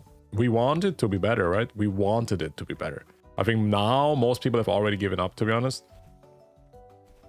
But that is also the reason because no big creator talks about the issues. Not like that the dev's probably gonna fix it if you talk about it, but at least tell the people, you know? Tell them. Share your thoughts. Not like suck everything in. I guess money matters to people more than the game experience, I guess, nowadays for creators, huh? Oh man, it's just sad, no? Because Genshin could have been so much more, chat. Could have been so much more. It could have been such a good game.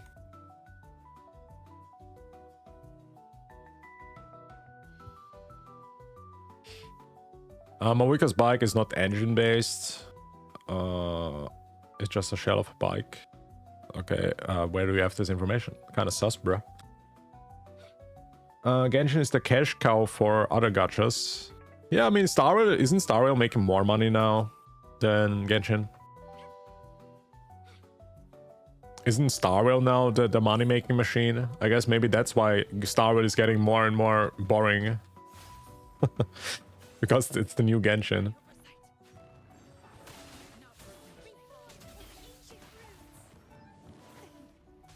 They agree by not speaking out, pretty much, yeah? Star Rail is turning into a cash cow now. Yeah, I mean, it never was that bad, to be honest, right? Before.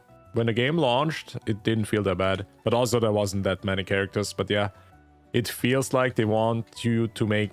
They want you to pull every character, pretty much. That's what it feels like. This is like the great thing about Wuthering Waves, and I have huge respect to Kuro Games for that. I don't have any feeling of missing out on a character. I have no FOMO. In this game, you can literally not pull and still win. You have a great experience already. You don't need any specific character to have fun. You have fun with the characters that you have. It's completely different in freaking Genshin. You literally don't need to pull in Wuwa, man. You can play this whole game without pulling. In Star Rail now, they changed the freaking meta, so you have to pull, pretty much. They power creep so hard that you have to pull. I love Star Rail, but Painaconi made me cry because of how long it was. I really liked Star Rail in the beginning too. I thought it was great, because the pacing was also great. In 1.0, 1.1, blah blah blah, the story actually was so fast. I could finish everything in a couple of hours, 1 or 2 hours, and the story was done. Great pacing, great storytelling. I actually enjoyed the story in 1.0. And then I don't know what happened, man. A freaking 6-hour quest in 2.0? That was traumatizing for me. I actually played that shit. I played 2.0. Was it 2.1? 6 hours of torture. And I was like, I'm never gonna play this game again. Like, even if I started now, I feel like the PTSD. I get like flashbacks and my body starts to freaking shake. If I boot up freaking Star Rail, that 6 hours felt like torture. I agree there's no FOMO, but man, every character is so well designed, I don't want to skip any of them. I mean, yeah, I mean, that's good though. That's how you make people pull the characters, you know? Make them freaking look good. Make them cool. Make the animations sick. But not make the players feel FOMO because of mechanics the character has or power creep. That's how you do it properly as a developer for gacha games. Kuro Games is teaching other gacha games how it should have been done. I'm gonna make a video about that, by the way. I'm actually writing a freaking script. Another glazing video. I mean, it's true though. I do think, you know, the scary thing about Genshin is how successful this game is, even with being so greedy. It's so scary, you know why? Because other developers see this, and other developers is inspired by Genshin. They are getting inspired by the greediness, the monetization from Genshin, and they will probably copy it or make it similar. So I'm so thankful now for Wuthering Waves to actually show how it should have been done. Not being greedy. Make the players like you. Make the players friends. Be freaking nice to the players. That's how you freaking make a community that's loving and supportive. But yeah, that's the scary thing about Genshin, because it's so successful and developers will copy that strategy. Everything about Genshin, they will copy it. Maybe we're gonna see like some more games upcoming. And I hope you're gonna get inspired of Wuthering Waves now and not Genshin. Yeah, that video is gonna be about that. that Wuwa, with all the community support that Wuwa is getting in Kuro games, like I've very rarely seen such a positive community for a developer. They literally love Kuro games. They're freaking so freaking supportive. I've never seen that. And Genshin is the freaking opposite, man. There's players that enjoy Genshin, but you know, they're not really fans of the developers. Because they do like all these frustrating shit. No good rewards, and everybody knows it, you know? Everybody's aware that their Genshin rewards are dog shit compared to any other game. If you've played any other gacha game, you know Genshin rewards are the worst rewards in gacha gaming. I mean, there's probably worse games out there, but Genshin is so big. So many players. So it's very, very aware. We are aware of how bad the rewards are.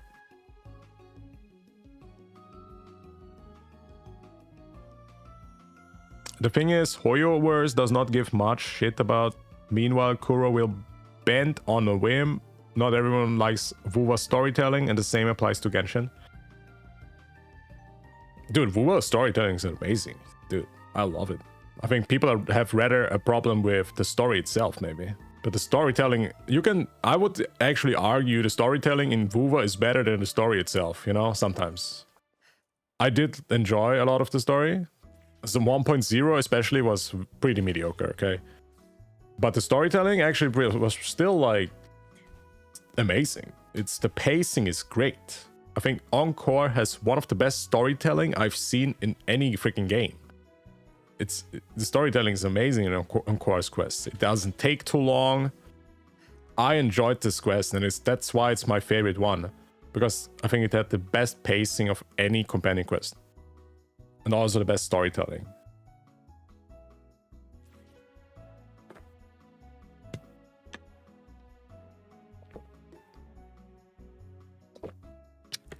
PGR is peak in terms of rewards. Yeah, I think people also love PGR. At least the players that play it. The 5. The 5 people who still play the game, yep. They actually love Kuro games, man.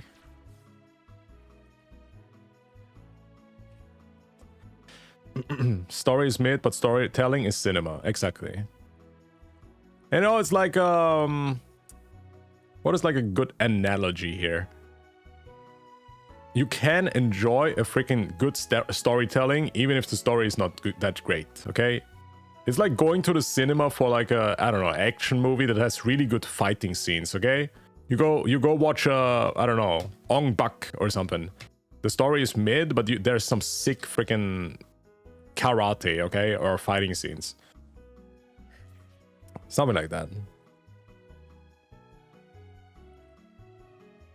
Let me actually finish my dailies. Then we're gonna do the ultimate animation ratings. Did I do the daily quest? I did. I guess we're gonna do test set discords.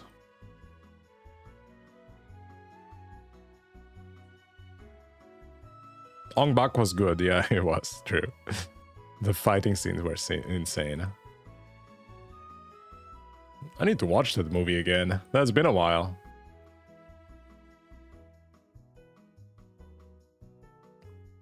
I mean, I'm not really a story guy in general, so I don't mind.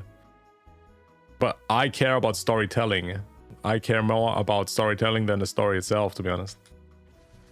Because I'm not a book reader either, okay? I don't read books or something. I like the presentation. That's why I also watch so many isekai anime, okay?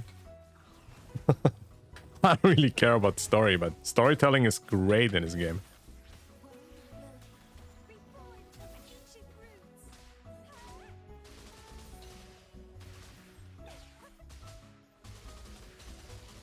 Shit story is better than shit storytelling.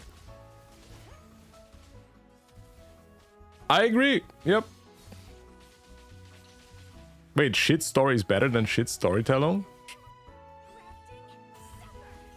Shit story is better than shit storytelling. Oh, yeah, okay, yeah, I agree. That is such a... Hey, thank you so much for the 250 euros. Jarne. Wuwa is gonna win Game of the Year. Who do you think? I hope so. Thank you so much for the support of the stream. Appreciate it, Jarne. Thank you, thank you. Thanks for the super chat. We gotta see it, man. I'm also gonna stream it. I'm not sure when the time is for the TGAs, but let's hope for the best, chat. I mean, let's be real. Wuthering Waves has been winning multiple awards already, so there is a chance. So I actually did not have hope, but after I saw we won so many awards already, I think we have actually a chance to win. Maybe. I think it's just the question. Zenless or Wuwa. I don't think anybody else is gonna win, to be honest. If Pokemon is gonna win, I would be shocked. Or if AFK Journey is gonna win, I would be shocked too. But I do think it's gonna be either Zenless or Wuthering Waves. Because I do think these are real games. Even it sounds cheesy, but AFK is an AFK game, and Pokemon is a freaking trading card game. That's just my preference, I guess, but you get a freaking AAA experience in Wuthering Waves, to be honest, okay? And also in Zenless on Zero. It feels like you pay $60 for this game, right? It's if you think about it, we live in a great time and age where games that you have in your pocket are literal, like, full price title games. We live in great freaking times. And I do think Zenless or Wuthering Waves definitely deserve to win.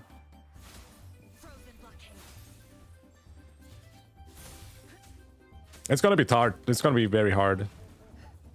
Because I think Zenless is getting more praise from media outlets, and media outlets are the bigger audience with the votes. Only 10% of the votes matter from the players, and the rest of the 90% is the media outlets' decision who's gonna win. And I think Zenless got like a 9 out of 10 from IGN, and Wuwa got a 7 out of 10 from IGN. So let's see who's actually gonna win, chat.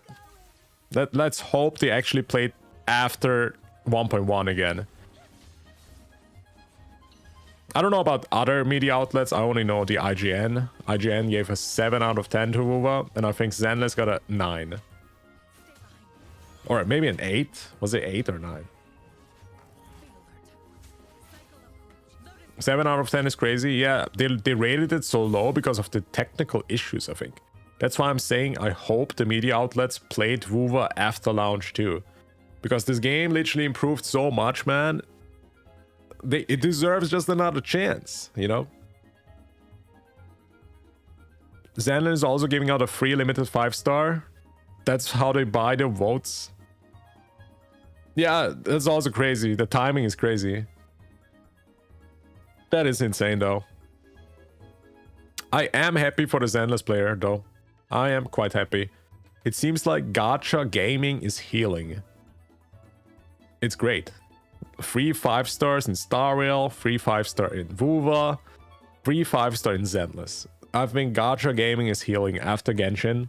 Genshin has done so much damage to the Gacha genre, and it's slowly healing. Isn't that nice, chat? So people vote for them? Yeah. For the free 5-star. Which actually looks like a 4-star, but... I think this guy just looks like a 4-star. He ain't looking that great.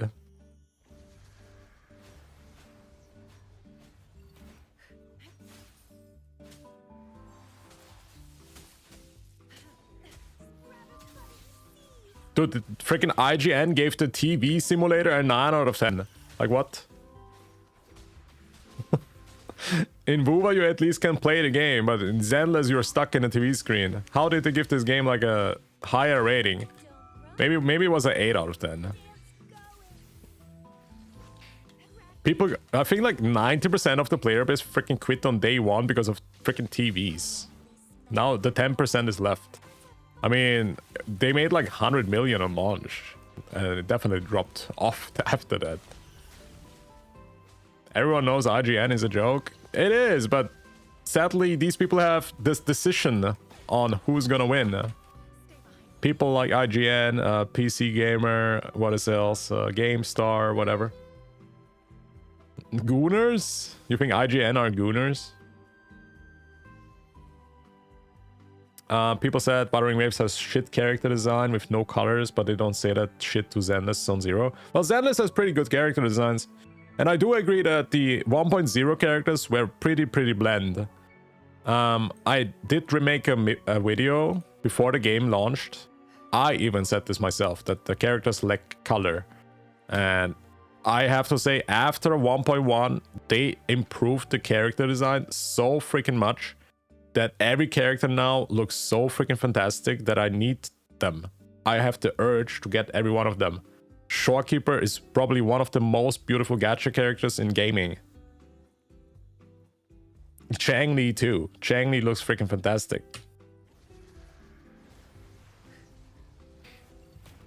Color doesn't equal to good. Yeah, it's just very bland. All of them have very similar colors. They looked quite bland.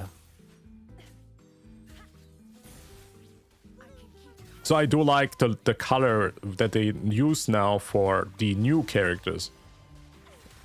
Rina Sita definitely looks like they improved the character design even more than they already did.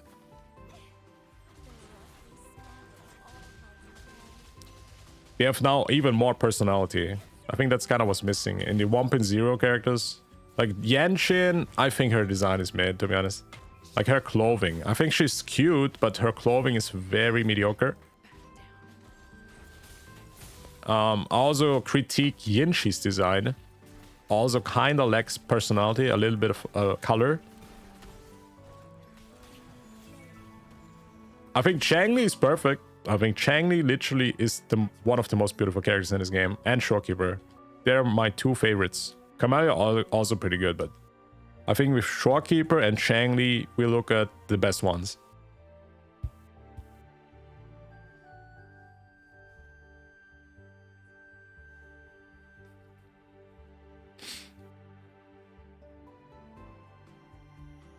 Can't wait for Carlotta. Same. I mean, she looks freaking beautiful.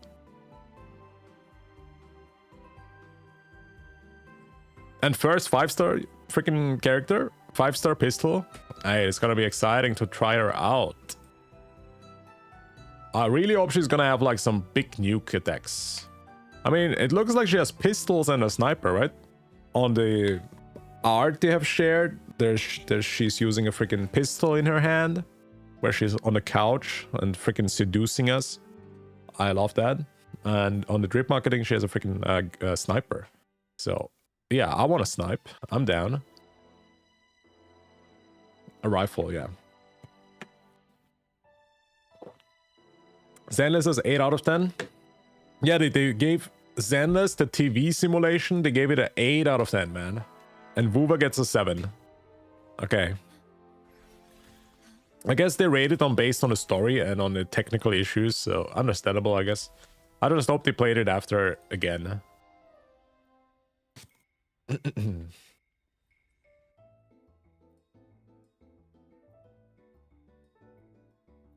Okay, what else do I need? Oh yeah, today's Sunday. Did we do our weekly stuff? I hope so.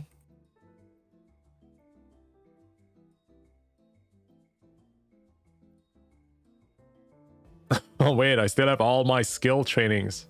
Still didn't do these. Damn.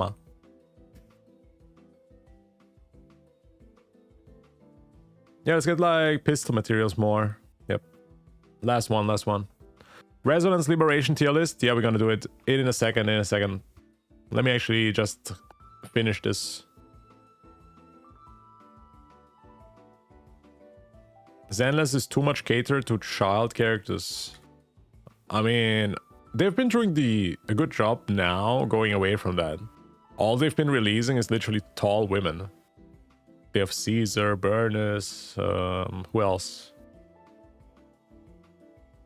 I was actually pretty worried in the beginning too of Zenless with all the small girls. But yeah, I think maybe they just want to only release tall women now.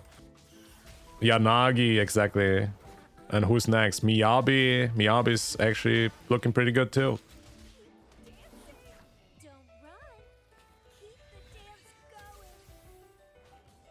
I'm excited for Miyabi. I'm actually gonna pull her, but I still don't think that the game is for me, to be honest.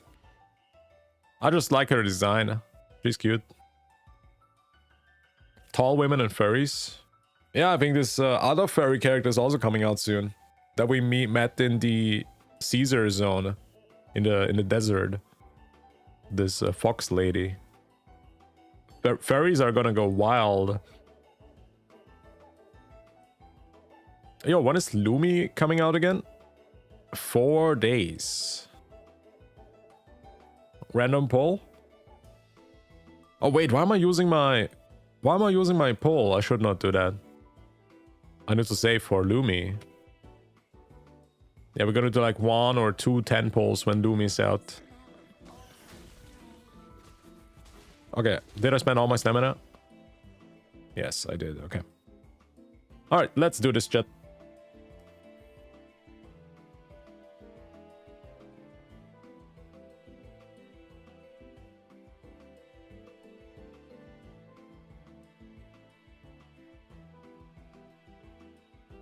One second. Let me prepare stuff. Didn't IGN give Wukong a 7? Wait, really? Nah, wasn't it higher? I remember it was higher, no? Not enough women in Wuwa? I agree. Yeah. Forget about all the people that complain about husbandos, okay? I want more waifus. Yep. Alright. We're gonna rate. I'm not sure how I'm gonna rate, chat. But, yeah. I'm gonna probably turn this into a video, so what up, YouTube? We are gonna rate every character's resonance liberation, aka ultimate animation. Let's see who has the best one. We're gonna rate between 1 and 10. Feel free to join in the chat. You can just say 1 out of 10, okay? We're gonna watch each of them. I'm gonna give my personal rating on each of them. Let's see. I'm gonna be very critical. I'm gonna watch it multiple times. And also gonna slow it down maybe sometimes if it's gonna be interesting. Probably not with Alto though. Okay, let's start. 1 out of 10. Okay, I think my PC crashed or whatever. What happened? Okay, there we go. Let's press play. Starting with Alto's ult. Let's see. Wait, is this really his ult? That's it? That's it? That's a bit anticlimactic. Make a tier list? Yeah, we're gonna give it a rating for now, and maybe a tier list later. I'm not sure how am I gonna do it. I'm just gonna say a number, chat. Pretty much. Let's just go with numbers. That's a freaking anticlimactic goal, to be honest.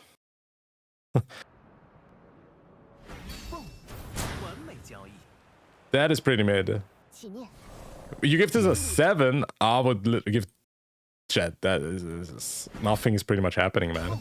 He puts on glasses, he shoots. I mean... What do I give this, man? Oh, man. Dude, I will say it. I give this a freaking 3 out of 10. I give this a 3 out of 10. That's pretty mediocre. Okay, I do think that his wall kind of thing looks decent, but I think the animation itself, pretty mediocre. Especially with the other animations we're gonna see soon. Let's see, who's next?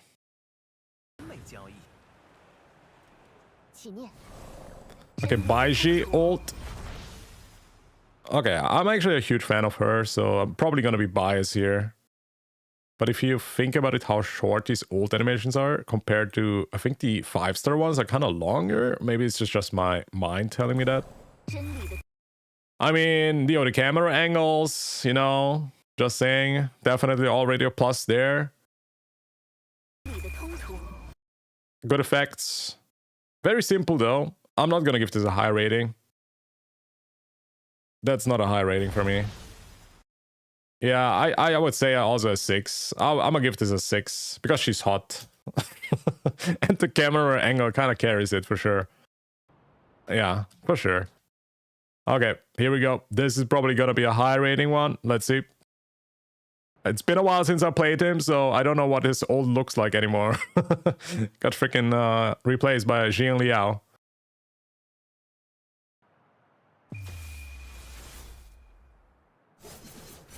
I mean, it's very simple, but pretty freaking cool.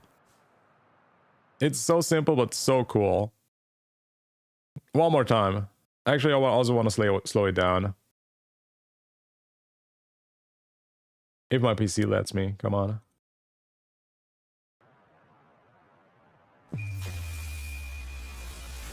I mean, it's cool. It's badass. It's definitely one of the coolest souls in the game. I'm gonna give this an 8, actually. Because I love freaking ults where there is an outfit change, okay? If you ult and there's an outfit change, I'm all for it. I want definitely more characters like that. I do love that they do this with Camellia, with Changli, that you have like these certain abilities that change the outfit. I'm a huge fan of this. It's literally like you have a skin. Within the character, a skin is Pog. It's freaking dope. He looks so cool. So badass. Chishia. Alright. That's pretty cool.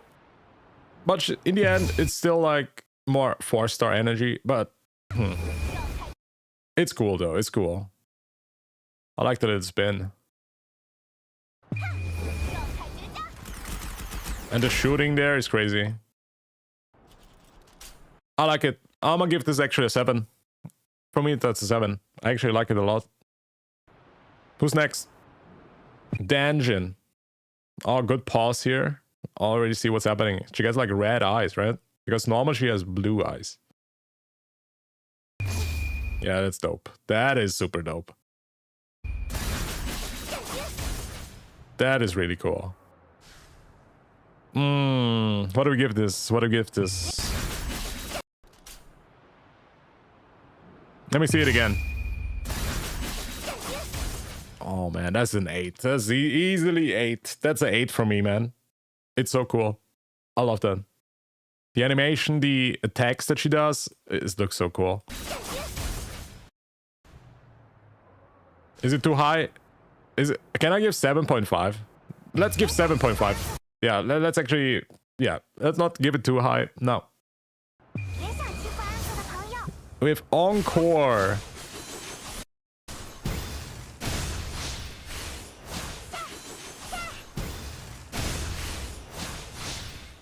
I mean, it's one of my favorite ones.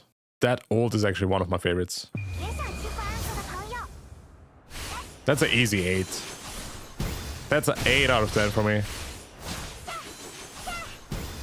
It's super cute. I think the idea alone is actually really cool. Like giving her horns and changing her whole freaking playstyle into more melee combat. It's so freaking cool. I love it. The animations look also great.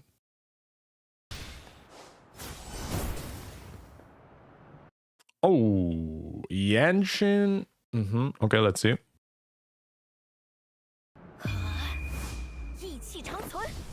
Very simple. But the effect is dope. There's even a small moment where it turns black and white.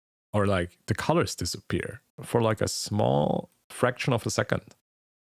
That's dope. It is pretty cool. It is pretty cool. I'm thinking of... Yeah, I see a lot of 7, 8s. Damn, you actually like it a lot, chat, huh? I think of a 7. I think of a 7. A mid 7 something. 7.4 or something. I'm gonna give this 7.4. It's dope. I love the sound effects that she has, by the way. I think Genshin's sound effects are one of the most satisfaction in the whole freaking game. If you do like the freaking parry, if you use the skill, I love the freaking effects that she has. The dong, it's so freaking good. All right, GN. I'm probably gonna see a lot of high numbers here, chat. I have a quite feeling here. People like his old animation.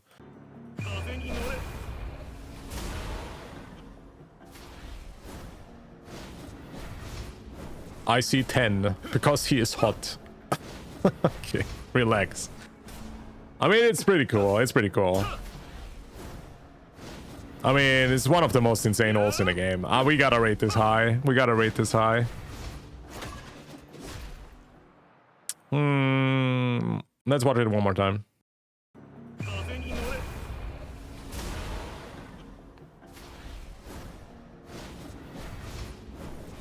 I'm thinking...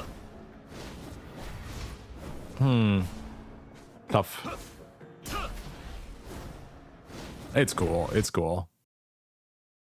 I'm gonna give this an 8.8. Okay, I'm not gonna give it this a 9. I'm gonna give this a very high 8. 8.8. He also has another old animation. That is so true. That is true. Yeah, then let's not forget about that one, I guess. But I know what you mean. True.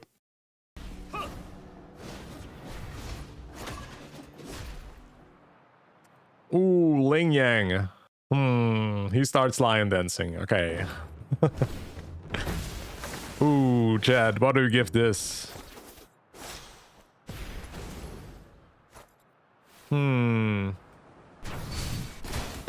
Bro did not care to make this even longer, by the way. He literally just stopped attacking. He wanted to move on. 0? Okay, relax, chat. Jeez, it's a bit mean. Huh? You guys are mean.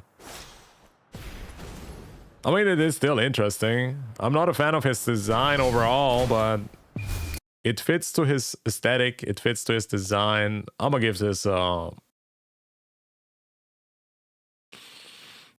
gonna give this a 5. I'm gonna give this a 5. I'm gonna be nice to him. I'm gonna give this. Oh yeah, a 5 sounds good. Next up, Mortefi.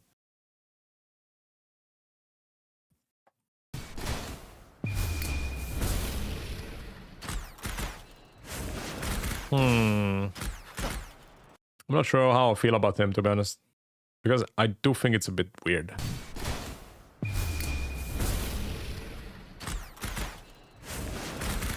Six, 4. I'm a bit splitted about him. A bit splitted.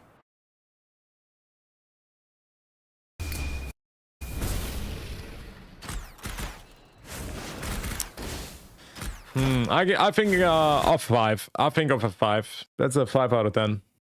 Yeah. Because I like the sound effects. I'm not really a fan of the dragon, to be honest, but the sound effects are good and the effects are cool, the visuals. Not a fan of the dragon though. The dragon looks a bit weird. Rover! I mean, it's a bit mediocre, right? The old animation.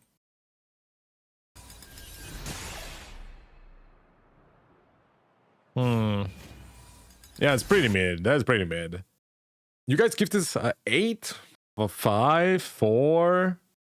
I think it's so mid. This is so mid. I mean, man, I can make this effect in like Paint, in Microsoft Paint, in like, what, 5 seconds to be. That's a bit low effort, no? Isn't that like a bit low effort, chat, if you think about it? Just one small explosion with a bit of glass. Oh man, I'm gonna give this I'm gonna give this a 4.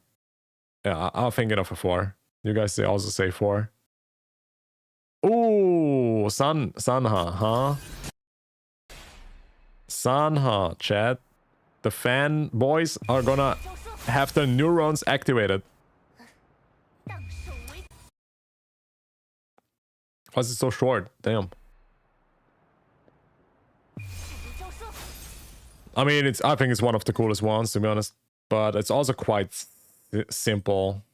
But she's super hot. The camera angle is good. The animation is dope. She makes a freaking huge crystal like she's in My Hero Academia. I'm a fan of it. I like it. I say 7. I say 7. 7 sounds good to me. Tao Chi. Very simple. Very, very simple. 8 because our tested is in the eyes. Is that a bonus? 4 because no jiggles. Is there really no jiggle? Wait a second, what?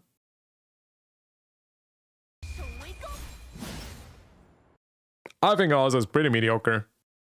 7. 7 is a bit too high for me. I'm gonna give this that is I would even say a 4. I feel like a 4. Yep. 4 out of 10. Who's next?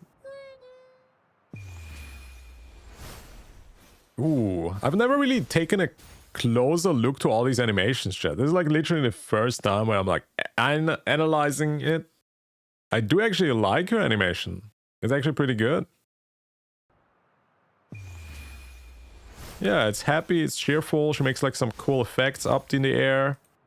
I feel like a 7. 7 sounds good for me. Why are you guys saying 0? 6? 8? Easy 10? 7. Yeah, I think also a 7. 7 sounds fine to me. I agree with a 7. It's actually pretty good. It fits like so good to her, okay? Sometimes you cannot do like some crazy freaking animation because it just, her aesthetics don't let it kind of be crazy, right? It fits like perfectly to her. It fits to her design. Yang Yang. I mean, it's literally venti, man. But it's still cool. I do like it. It's still cool, kind of.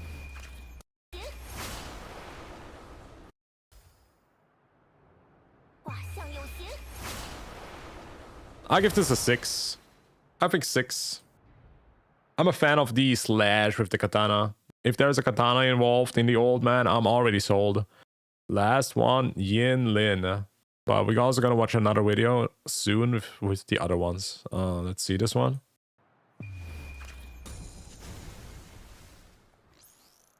I mean, that was like the biggest selling point for her. This freaking old man. And this angle. Okay? Do I even need to say more? Do we even need to say more, chat? Oh man. The jiggle. Also, the effect is cool. Yeah, definitely. That's a 9. That's a 9. Easy 9. Easiest 9. Oh god, I forgot T exists. Why is he after Yin Lin? Why you gotta ruin my mood? Dude, we see Peak and now we see this Discord mod. Okay, let's see it. Whoa, actually he has a dope old animation, chat. That is actually sick, no? Like, look at this. That's actually really cool. Kind of a waste to give it to him, to be honest. But I like it. It's cool. Kind of gives me One Punch Man vibes, no? Yeah, but I would actually rate this pretty high. That's cool. It even has like some after effects on the ground. That's pretty dope. Kind of a waste though that he got this. Give this to somebody else. I like it. I give this a 7. 7.5 even. 9 because he is daddy. Interesting. Okay. Why am I reading this?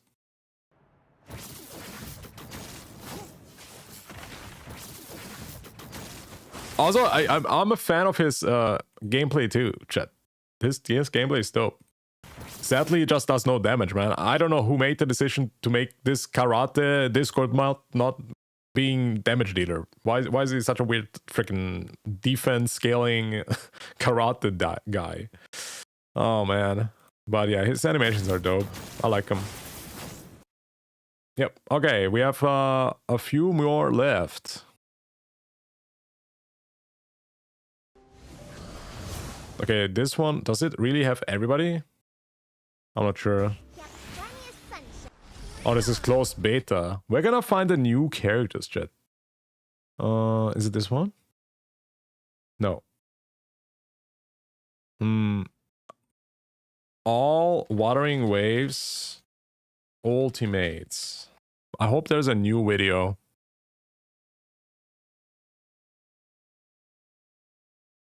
Because I need a new one with the new characters, chat. Oh man, it doesn't exist, chat. I guess we have to do it, huh? Do we have to do it ourselves? We have to do it ourselves? I mean, who's missing? Jesus, do I need to now get my ult up with every character, chat? Oh man. Oh man, we can look the trailer, I guess. Genshin trailer.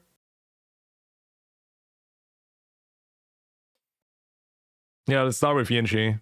Is her ult in her trailer? I'm not sure. It's probably in the trailer for the update. Just use tower to reset ults. Nah, we just watch the trailer. I think it's faster, no? It is? Is it in the update trailer or in this Resonator showcase? From the Grand Library's pages, a sentinel fell from heaven to soothe woes. Oh, is it this?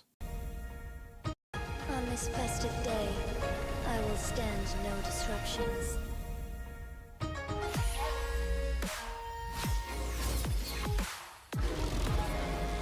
Moment of awakening. All right, I think here it comes.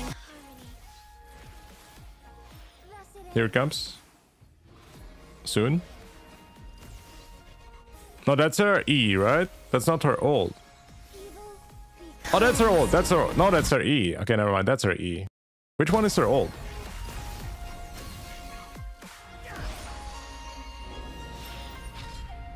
Oh man, the animation is insane. I kind of forgot about it. It's coming up. Okay. Oh yeah, it's coming. It's coming. I mean, they definitely put most effort into her ult for sure. There it is. I mean, her ult is freaking magnificent, dude. It's so freaking good. If we don't rate this high, man, that's gonna be... It's so magnificent. It's crazy. Also, the little upskirt there, chat. The little upskirt. I like it. Uh-huh. Good details. Also, she gets horns, man. I think that's so cool. Oh no, the horns she gets from her E, right? Yeah, true. 10 for the upskirt. Relax. If the problem if I give this a 10, chat, there's no way up. Okay, then we already have seen the maximum. So I'm gonna give this a 9.7, bro. Okay, 9.7. Yeah, I think it's so freaking close to be the perfect. But we gotta need air up, okay? We need air up. Yeah, I do think it's probably the best one in the game. But let's see the Changli one again. 9.7 sounds good to me. Let's see Changli next. Like Weiqi.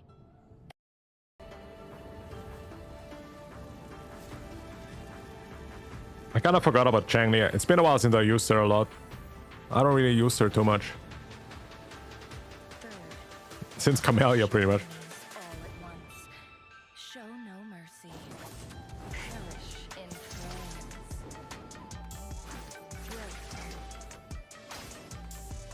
Sever. Bro, she's so hot, man. I completely forgot how hot she is. All her animations are great, okay? Okay, don't get... Chat. Don't get, like... Focus, okay? Don't get distracted of some of these angles, okay? Don't focus up, chat.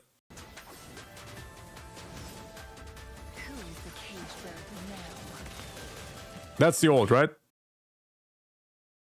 Okay, good pause, by the way, but let's not get distracted, chat. Stay on track. Ooh, even with the blindfold, damn, this guy's, man. That's... Oh, man. Damn, do I even rate this higher than Yinshi? I mean, with the blindfold, that's a bit like cheating, to be honest, man. Oh, man, I love blindfolds.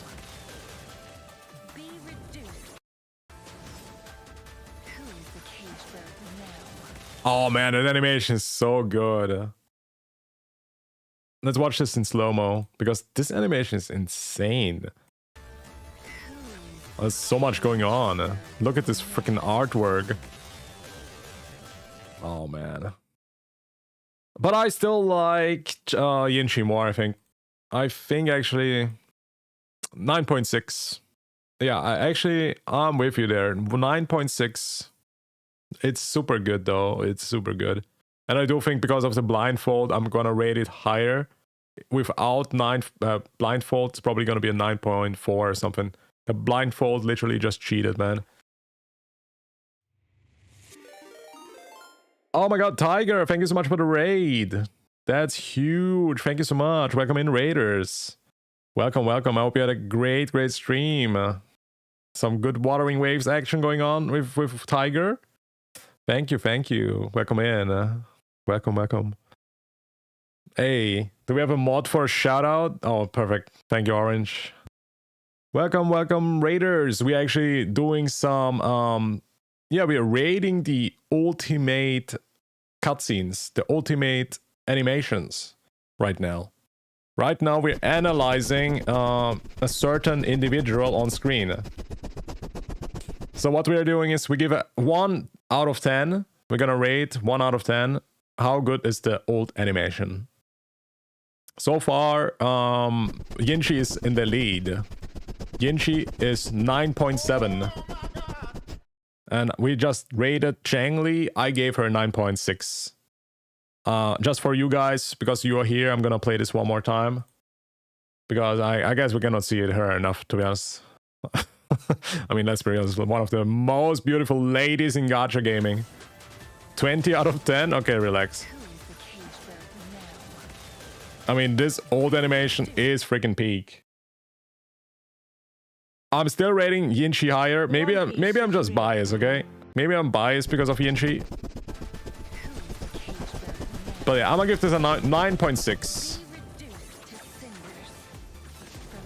Yeah, we're just gonna rate the old animations, okay? We are not judging anything else. And it's super cool, especially the screen here with this. It's so good. It's so good. But yeah, Tiger, if you need some rest and stuff, because I know you stream like literally hours. You stream like streamer hours. Get some rest if you need. Stay hydrated and stuff. And I appreciate the raid again. Thank you, thank you. Not the sniffer. Yeah, I mean, who can blame chat, to be honest, if you see this? But this artwork is freaking so good, chat. Maybe I'll give this even higher. I'm not sure yet. Let me think about it even more. But right now, I feel like a 9.6 and Yinchi 9.7. Because I'm probably biased, because I like Yinchi a bit more. Maybe I'm just not getting distracted like you guys, okay? Because I see here chat blaming me that I rate Yinchi higher, okay? But I'm not getting distracted because of these camera angles like you guys, okay? Because you guys see this and then you start sniffing. I'm not like that. I'm actually judging based on my professionalism. I'm not getting distracted here. I'm actually gonna rate it properly. Not because there's thick thighs on the screen. Actually gonna focus up here, okay? Alright. I'm feeling a 9.6. Nice pause, by the way. I'm not biased, you are? Yeah, pretty much. But also, my opinion matters much more because I'm the streamer. So chat doesn't matter. True? Alright, who's next, chat? Who was next released after Changli? Who was next? Was it Yao? No, Zheji, right? Zheji is next. We can prepare Showkeeper for later. And Yao. Zheji Trader. Damn, I feel like this game has been out longer than it actually is, man. She came out 3 months ago. Damn, why does it like feel like longer? It's actually pretty recent. Oh, this animation was so good. Chat, one day we're gonna rewatch all of them, okay? I do feel like we need to like watch all of them together. We make like a full YouTube video where we watch all of them. So much has happened, yeah, for sure. It's so true. But also, chat, we need to like watch all of them at once. All of them. It's probably like gonna be a 3-hour video or something. Let's see. Okay, where's the animation here?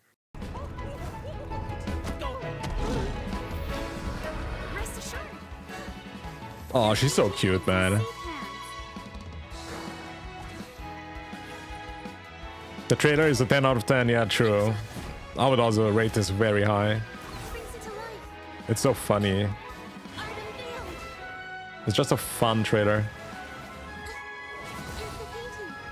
Okay, ult incoming. I do remember her ult is looking good.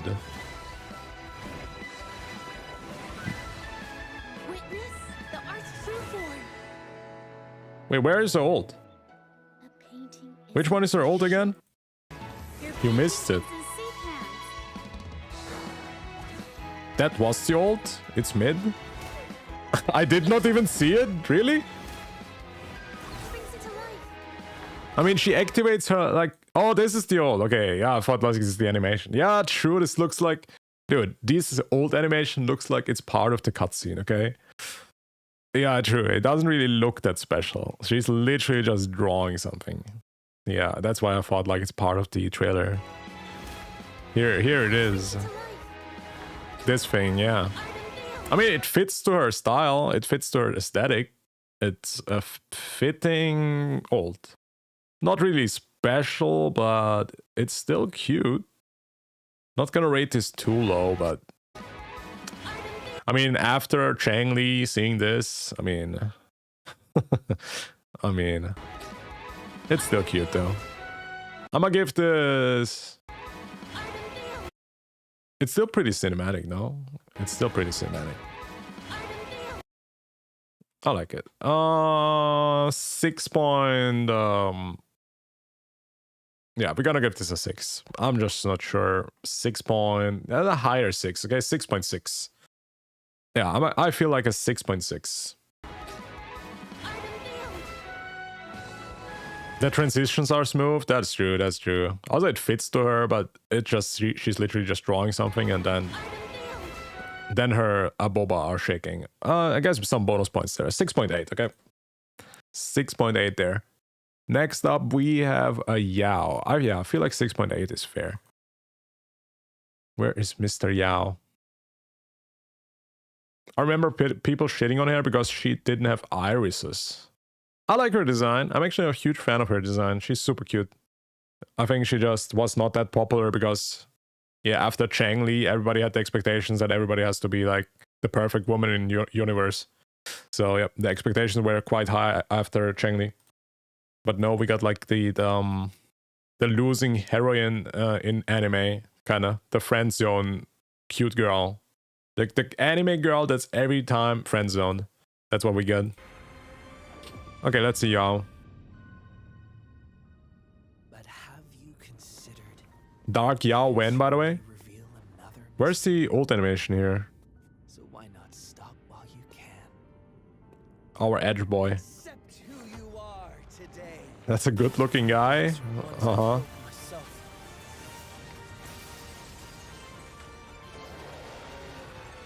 I do agree, he looks good. K-pop boy Andy, by the way. He looks like a freaking K-pop guy. Oh, that was the old, right? That was the old.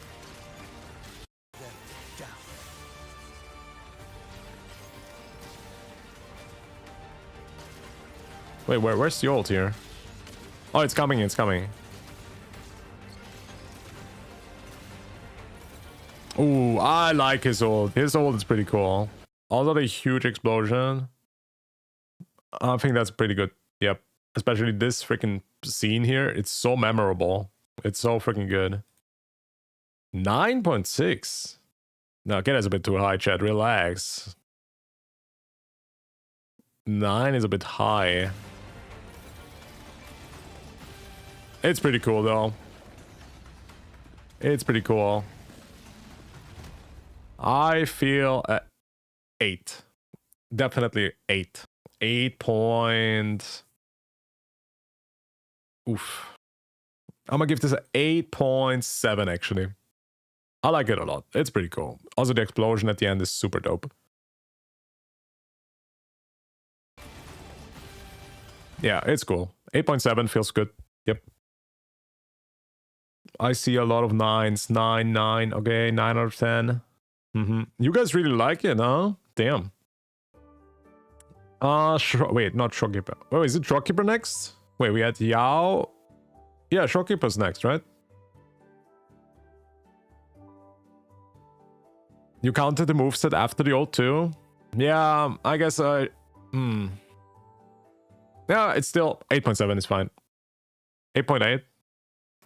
It's the armpits moving for me. I see what you mean. I mean, it's good. But let's go next. Shorekeeper. Which I have the feeling she's gonna be quite high. She's gonna be quite high. And this shore is a testament to my existence. I do remember her ult quite good. Rectify. Yoo-hoo? Oh, is that a Yoo-hoo trailer we can watch? Oh, there it is. Oh my god, okay. Chat. 1 out of 10.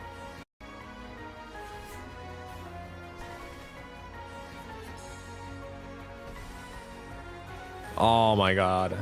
I think this is chat. I mean...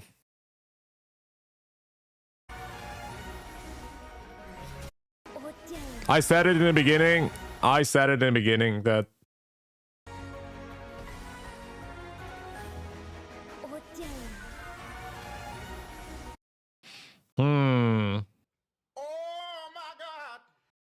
Wait, this is her old, right?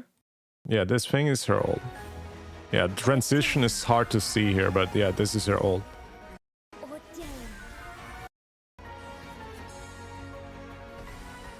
It's part of her old? Wait, is this the intro? That is the intro. Where's her old? Oh, she already did her old. Oh, here's her old. Yeah, okay, you guys... Oh, damn, do we count this as her ult, though? Because it's part of it? I mean, it's part of the ult. Yeah, I guess we have to judge both of it. This is her ult, yeah. Oh, man. I mean, it's anyways, Chad, I think this is probably the best ult in the game. From the effects and visuals. Yeah, I love also this screen. It's such a nice animation, so cute. The freaking butterfly on her finger, man. It's so freaking good. And then if we also add the intro, I mean, it's so beautiful. Yeah, this is crazy, man.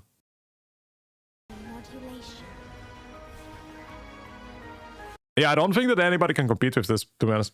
Arma gives this a 9.9. Yep. I think that's gonna be a 9.9.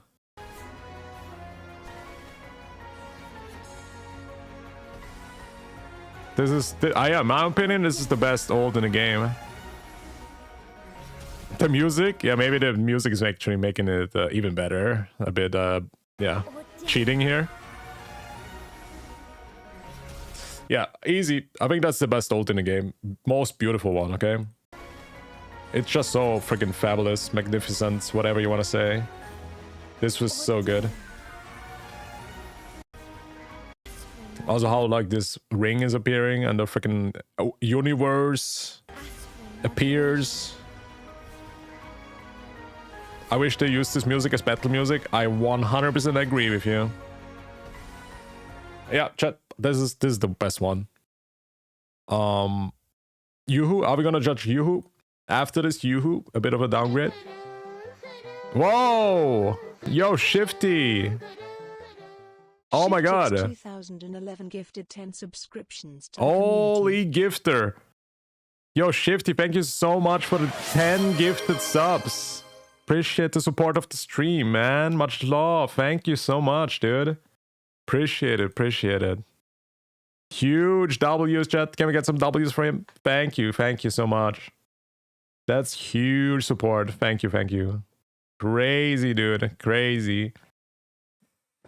Much love, dude. Thank you so much. Insane gifter. Insane. Chat, how do we get the shorekeeper? Yeah, congratulations, by the way, to all the guys who got the freaking sub. Rockup Ray, Valeric, Sobias, N, Reika, Iffy, Lunas, Isseisho, Kiopon, Wizzy, and CVito MM. Congrats, you guys. You have now ad-free experience and some emotes. Yep. Ad-free, guys. Pog. But yeah, thank you so much. Appreciate it. Thank you, guys. How do I get Yoo-hoo's old, by the way? Yoo-hoo trailer is... I don't even think she has a trailer, chat. Does she even have a trailer? Oh, it's this thing. Yeah, true. Oh, she does have this small. Yeah, this thing. Yeah, true. We see it here. She has a gameplay trailer. Yeah, this is it, right? Oh yeah, it was in the update trailer, in the 1.3 one.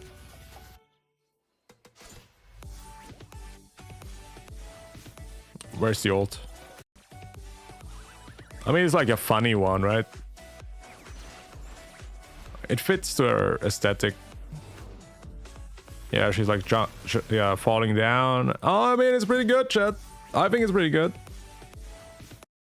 That was it, right? This is the old. Does she do? Oh, she does it again. Okay, she throws something, and then you have like these buttons to press. Yeah, I do remember. It's definitely unique. It's very unique. And it's funny. It's funny. Does it look crazy good? Probably not. Yeah, it's very unique. Interesting pause, by the way.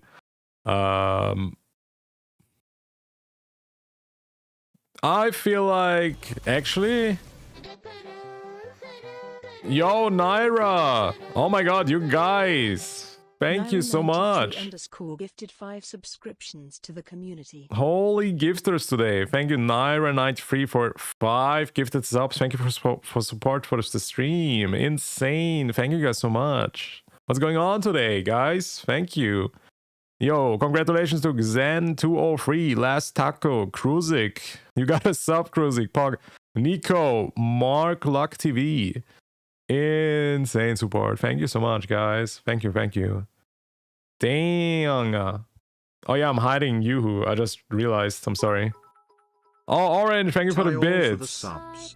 Goats. Thank you, thank you. Oh man. Yo, Shifty, Naira, thank you so much for the gifted subs. Really do appreciate it. Insane. You guys. I think I'll give this a 7.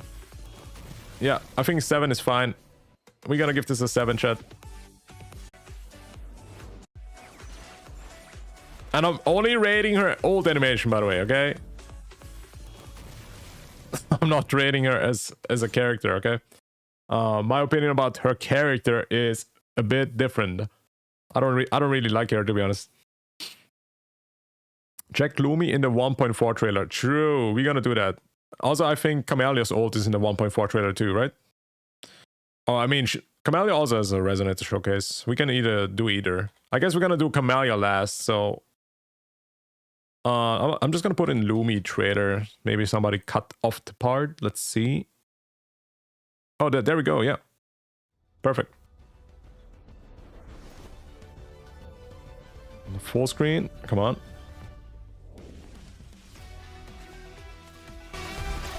Another banger song, by the way.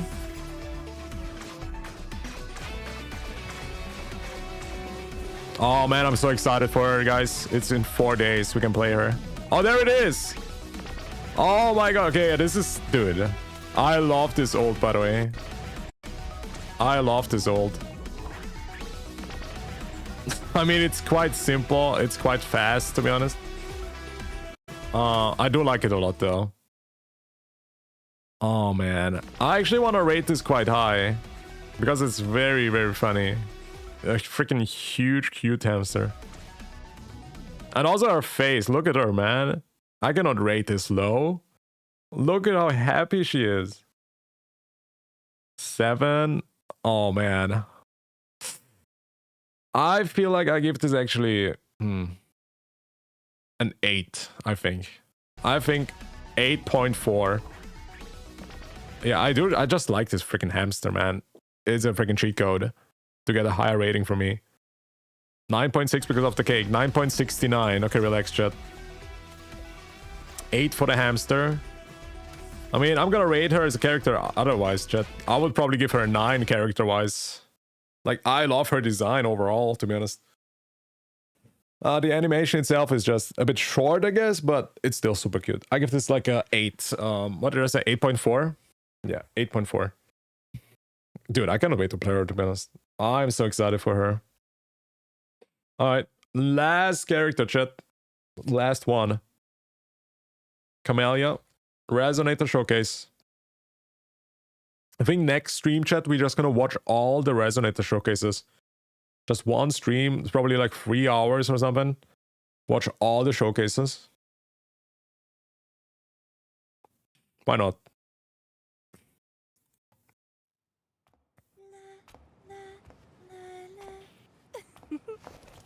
Pleasure. Oh wait, this is the wrong one. Power. Oh, but does she show the ult here? I think the ult is in here, right?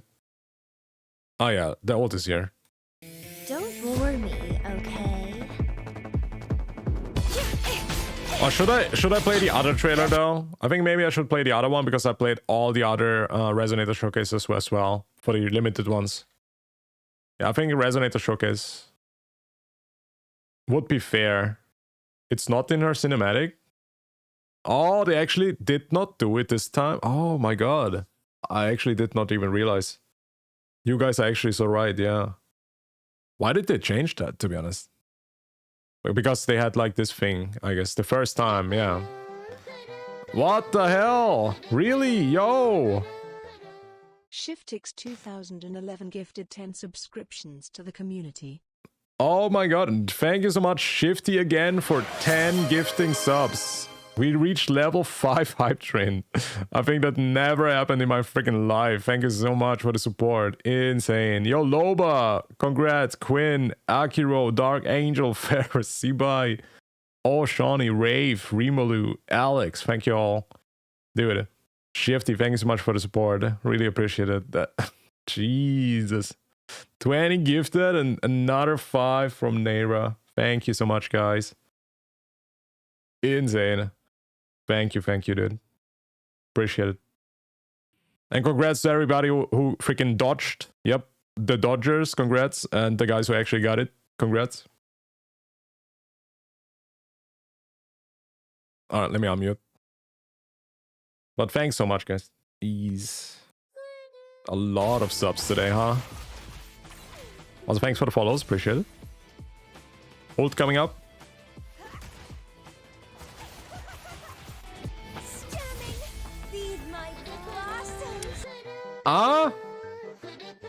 Nox.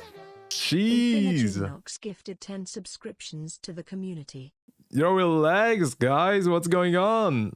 Damn. Level 6 hype train. I don't even know what that means, to be honest. But thank you so much, guys. What the hell? Another 10 gifted subs from Infinitum Nox. Thank you so much, man. One of my mods. Jesus. Oh my god. Really? Shiftix Another one. 2011 gifted 10 subscriptions to the community. Oh my god, another 10 gifted! You guys relax! Jesus.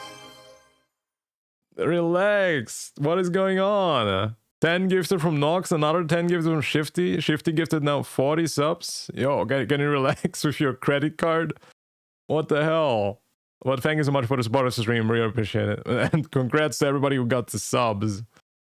Damn. Insane. Thank you, guys. But relax, dude. What the hell? What's going on? Crypto card is burning. Oh my god. Yeah, bro got Bitcoin now, and now he got a gift subs. Thank you, dude. Alright, let's watch the animation.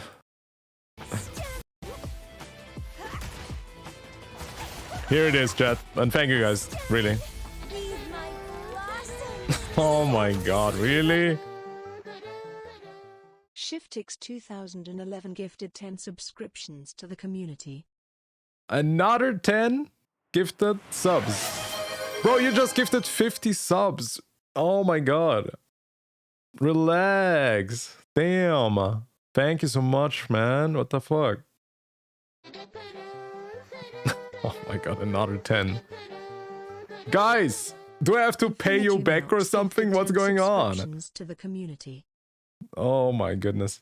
Bro stole his mom's credit card? No, I know these guys. They're my IRL friends.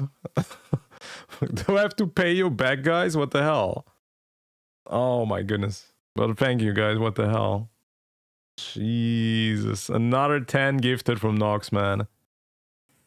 Okay, chat. Damn, congrats to all the winners. Congrats. And thanks for the subs, man. Jesus. We cannot watch the freaking video, man. Can I watch the video now? You guys relax. Damn, freaking swipers, man. Freaking whales in the chat. Money laundering. True. No ads anymore. Everybody is sub now. Alright, chat. Let's actually give this a rating, okay? I keep interrupting it, but yeah, let's see. Camellia ult coming up here one more time.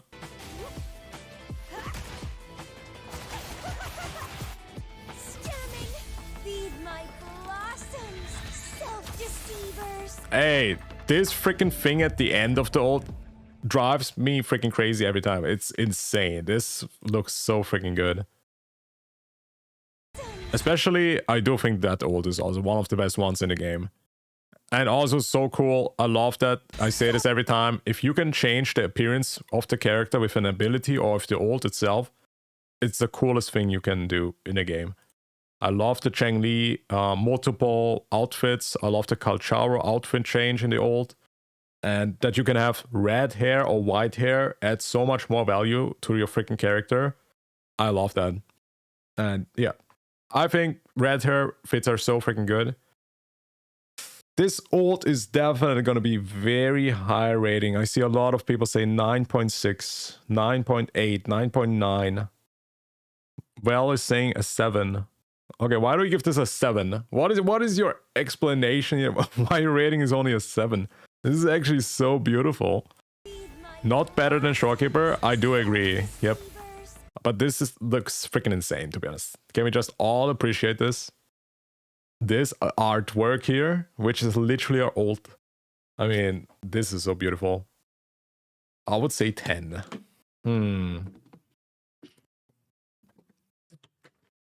I'm gonna give this a definite 9. I'm not sure where though. But it definitely is one of the best ones. Especially because of the ending. And because of her face. She gives like this yandere look, right? I watch this one more time, then I give my rating. For research.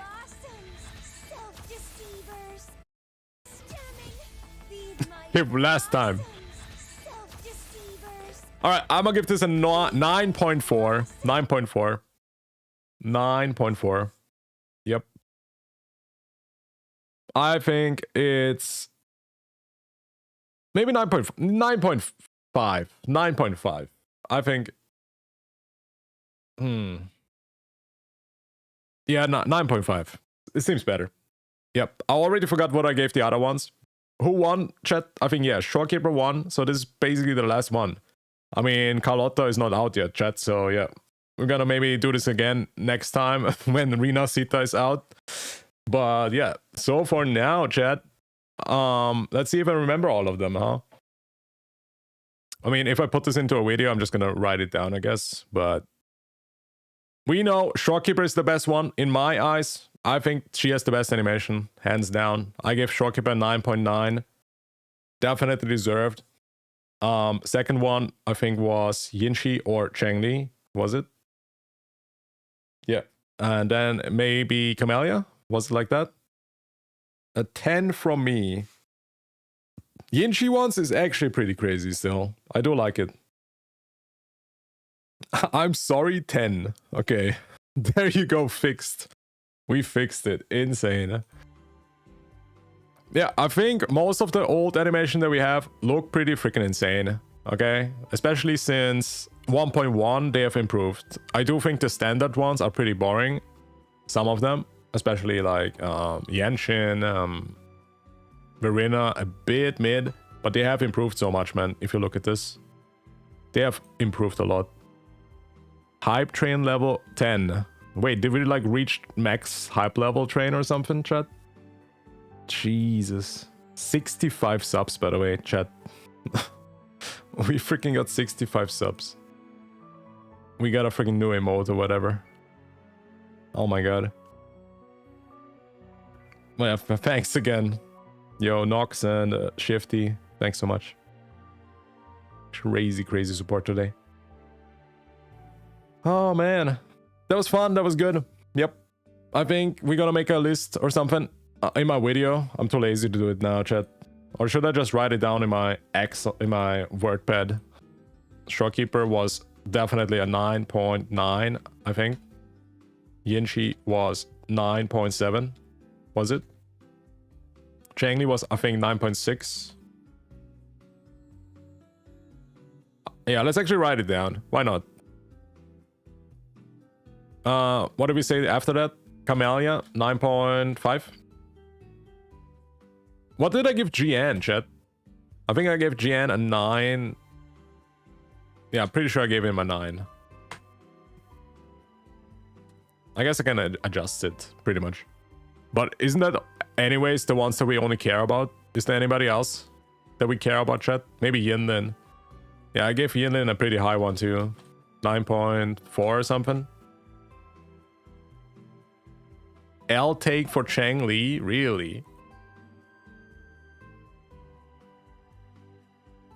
Yeah, I think the other ones we don't really care about them, do we? Maybe Culturo. What did I give to what did I give to Culturo? A 9 point something, right? 9.8, 8.7 or something I gave to him. Maybe 8.8.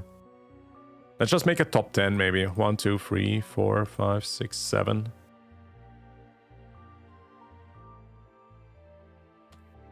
1, 2, 3,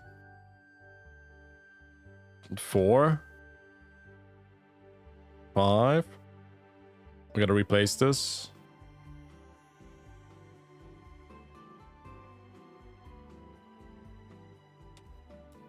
Oh, Yao. What did I give Yao? Jing Yao was a 9 out of 10. Oh, damn. Okay, Yao is definitely better than GN in my eyes. Yeah. Yao is better than GN. I'm sorry. Yao is 9 point... Did I give him a 9? Wait, did I even give him a 9?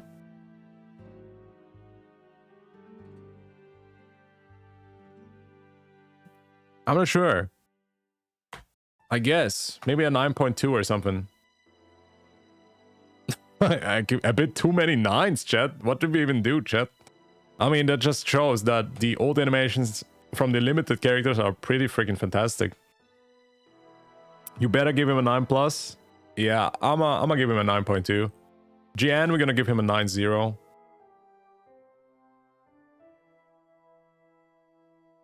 Is there anybody else that are rated pretty high, chat? Oh, thank you for the bits, Orange. Appreciate it, appreciate it. Who did I rate very high? I already forgot all of them, chat. Let me see. Yoo-hoo?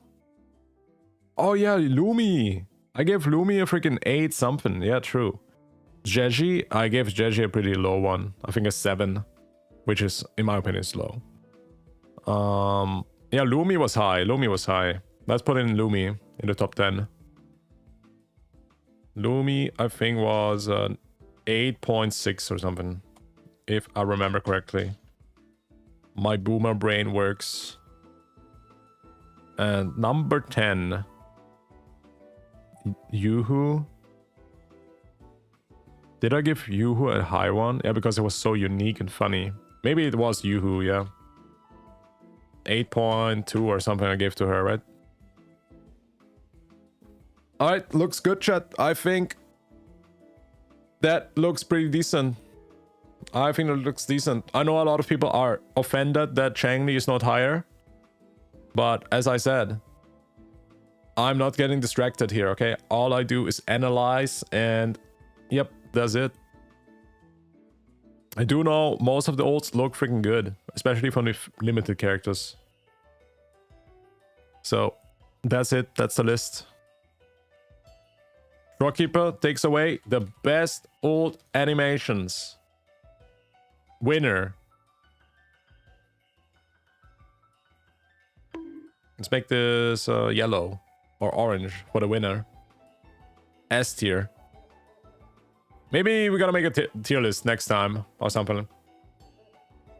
I was also thinking maybe we should judge the animation when they fight. Maybe next time. We could do that, yeah.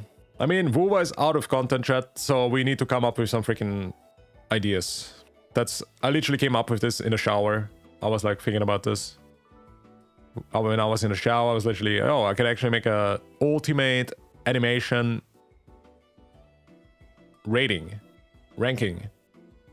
Best echo skills, also good idea, yeah. Account reviews. Yeah, true, we could do this. I didn't announce it yet, chat, but yeah, if you want, maybe join the Discord. I'm gonna think about it. Because I don't know how people do it, honestly. But let's wrap this up. That was the best old animations. Was fun, man. Actually, I do love the old animations. They've been cooking since 1.1. And every time they're kind of making them better. So Camellia was freaking fantastic. Also, even Lumi, even if she's a 4-star, I love her old. Looks so good. I come up with ideas in tea-fueled brainstorm. I mean, a shower is the best thing where you come up with ideas. Bro was in the shower and thought about Wuwa. I mean, hey, why not? What do you mean? Hey, what up, Manny Mark? Nice to see you. How you doing?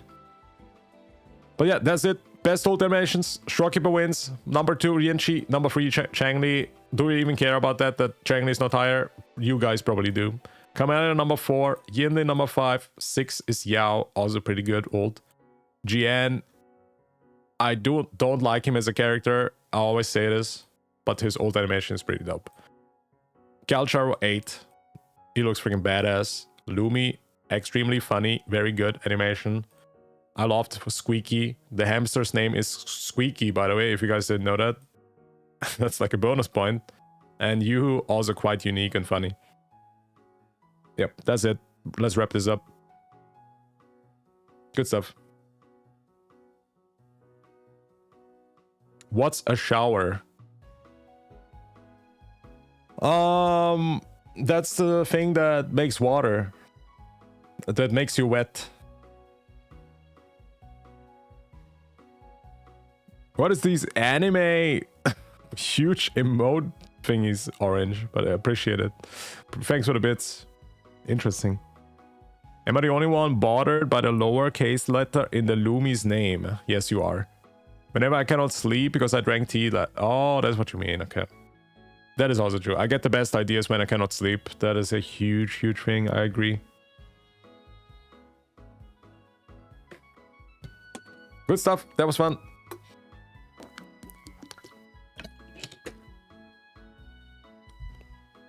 Okay, was there anything else I wanted to do? I think I wanted to also do something else, chat. Give me a second. Oh, I wanted to finish the event, but I'm already freaking exhausted, chat. I was yapping for 3 hours straight. Infinity Nikki. Dude, I literally planned to play Path of Exile today, but I already feel freaking exhausted.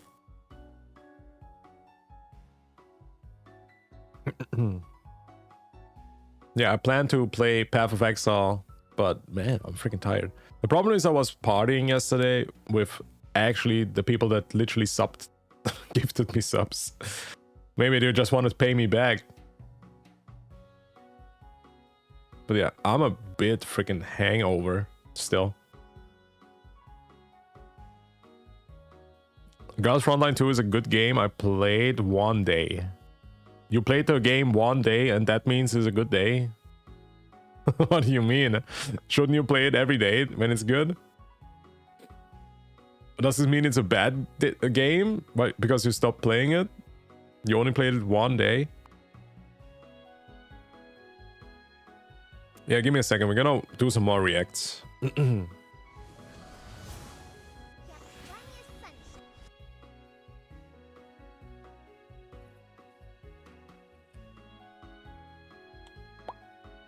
Oh yeah, Stork. Yeah, I wanted to watch the new video from Stork. And another comparison video with Genshin and Wuwa. That's good. Let's watch these. All right.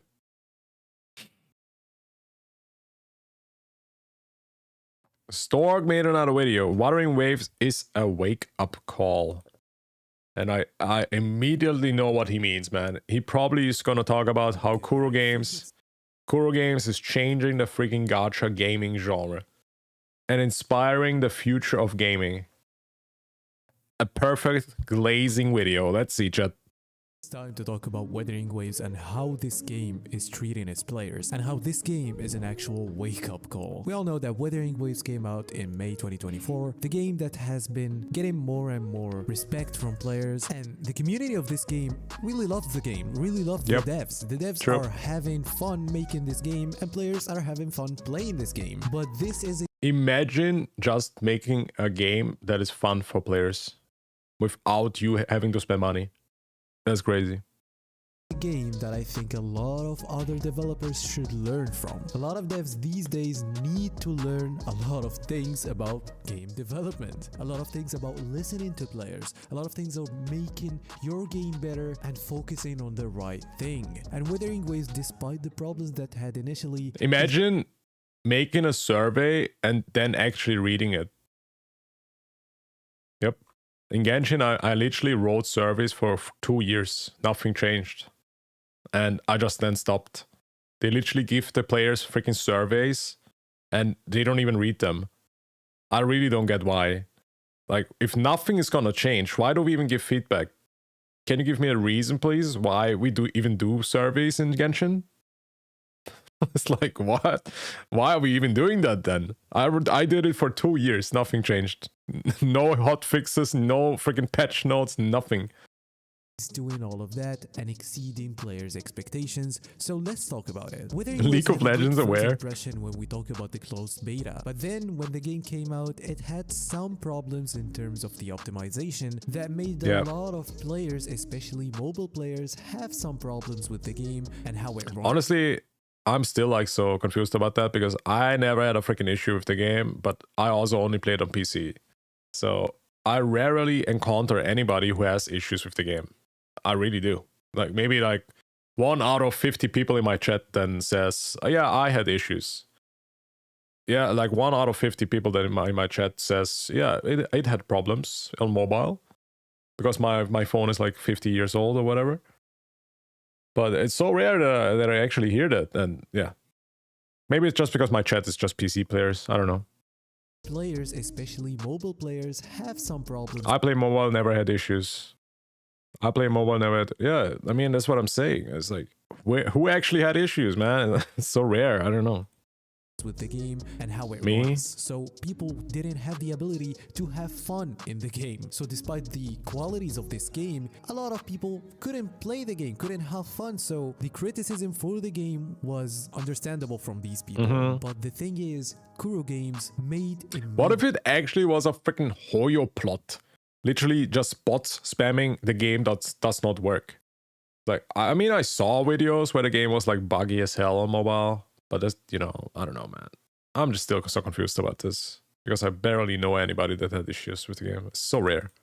Action, and that's the first thing that we want to talk about: listening to players and taking immediate action just once a problem happens. And no matter how major this problem is, you try to listen and change your game to the better. So what the Wuthering Waves devs did in this situation is immediately started updating the game almost every day to make it more and more optimized, and in the same time giving rewards to the players that are unexpected, like a free 5-star character and a lot of polls. But that was just a temporary thing. They just gave something to stop the crowd and make the players a little happier. But the main thing that they did is that they gave a lot of promises to make... but that's like normal. It's not like... This is literally called damage control. You give something as compensation for frustration, okay? This is what every freaking developer should do. Yeah, right? I mean, yeah, we got like a bunch of polls, we got a 5-star, that's all great and stuff, which should be the norm. And hey, they are still pretty generous. They still give us, every update, they give us a 10 poll, right? And all the events pretty much give a ton of asteroids. They actually give a bunch of asteroids every freaking event. The game better. And what were these promises? These promises are answers to questions that players are asking. This is the main thing, taking actions to criticism that players give. And when you do that immediately, players will be more and more comfortable playing this game and have more faith in your game. So 1.0 for this game was really hard for the devs because they were working so hard and updating the game almost every day to make it more optimized. But then what they did is that even with its hard work, they showed us that in 1.1... Bro, this game is so beautiful. Every freaking time I see this game, and I play this every day, I'm like still impressed when I see this. Damn. Genshin and Shanli and the new story, they almost addressed most criticism and most problems with the game. And not only that, they also improved on so many other things. They added a lot of features, they added new characters that are way better than any other characters in the roster. They made the game way more fun and also added a new area that it looks so cool, that has a new story with better storytelling that we had before and also better cinematics. So what we saw is that they are so dedicated. What we saw is just the beginning. Gotta think about this. This game is so new and fresh. We haven't even seen them at the peak, okay? They literally had to warm up now. I really wonder how good 2.0 is gonna be. If it's... Dude, I imagine 2.0 is gonna blow our minds. Glazing 100, but I do think so. Like, I think we just played the demo right now. We played the freaking... the tech demo, and now we're getting to the freaking real game. Even though the game lost some players, especially after launch, the 1.1 update was really good. They really knew what they were doing there. But then 1.2 came out, the update that has so many good changes, but it didn't have a lot of content to do. And it was but it was a good filler update actually. I didn't enjoy it. It still felt like a filler update, but there was actually a bunch of things to do, which I appreciated. These little dates you went on with these characters actually added some value. The whole update actually gave you a little bit of more character lore. You got to know them better and stuff. I really like that. And the minigame was kind of fun too, but yeah, definitely didn't have that much longevity, this update. Was there Elusive Realm? There was, right? 1.3 didn't have Elusive Realm. Yeah. Elusive Realm was also a new stage or something. I do remember that.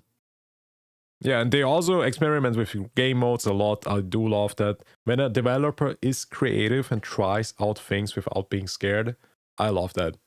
Okay, sometimes it works, sometimes it doesn't. We're definitely gonna see some events that maybe gonna disappoint us, but at least they try something, and I do respect that. Because I played a game where the developer simply has stopped trying. Okay, they had great ideas in the beginning, with like some really interesting things in the overworld. I say it every time. The freaking unusual hilichurl in Genshin was a great idea, but they literally did not enhance this idea. And making the overworld more lively or something, they literally gave up. So I do appreciate the developer that actually tries stuff. very long, but to compensate players, they gave one of the most broken characters in the game just for free. He just came out for literally nothing. It's not the anniversary, the game didn't win any award, and we already got a free 5-star that is limited after getting like 3 free 5 stars immediately just from but I also do think that Yao was also kind of a part of the frustration for the tech issues still. But yeah, might be not. Maybe it was just because of the Lantern event, whatever. But let's see, I guess. If we're gonna get another 5-star for free for a random freaking update, would be cool. Because it was quite random, to be honest, right? A freaking normal update, and we get a freaking...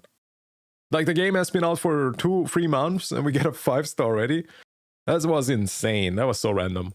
But I was very happy. Even with this rough patch, good the game surprise. stayed in a healthy state until we got to 1.3 and we started seeing another step up with the game. Like, the game is keeping on improving and improving. One of the best things in the 1.3 update was the area, but not the area itself, but the ideas they had for the overworld gameplay. These little bosses and these small challenges around the map. This is the most fun I ever had in the overworld. going around the map and having these challenges and these small bosses, these mini bosses, was so fun. I really hope they're gonna do this again with Rina Sita. It was so cool. Just going around the corner, there's a boss, there's a little challenge, you can kill them. You have like a timer, maybe some combat challenges. It was actually such a fantastic idea. Non-stop, and we got the story of short. And like free chests for every boss, man. This was crazy, right? Like almost 100 asteroids, I think, for just like 10 bosses. That was crazy. The story that was very good and had so many good cinematics that people were shocked. Like, this is Wuthering Waves. Like, the start, if you compare the first story quest with this story quest in just 2 versions, it's like another game. They were working and they knew how to make the game better in terms of story and storytelling. Absolute cinema. Look at this, chat. If we take an example that was crazy. Of listening to players, we have one mode that is named Depth of Elusive Realm. A lot of people like this mode, but everybody likes it, no? I think it's the best game mode. It wasn't like insane. It was cool. It was fun. And in the beta, I said that this mode is going to be the best mode in the game if they knew how to make it work, how to change it. And from patch to patch, they were changing this mode more and more. It literally feels like a game within a game. It's every time you play it, it's so fun. The characters play completely different. They're so broken and fun. It's so good. Every character feels like a freaking game, a new experience. It's so fun. They were changing it, they were adding some things, and it was getting better and better. In 1.3, it was a good addition to change where you go and how you play. And also in this same version, they listen to players even more. For example, if we talk about holograms, the mode that a lot of people like because it's hard, because you cannot fight something like this in a gacha game. It's like Souls-like. It's fun, it's challenging. They increased the challenge even more with the Inferno Rider. They made it even more fun. Yeah, also the addition with the memes.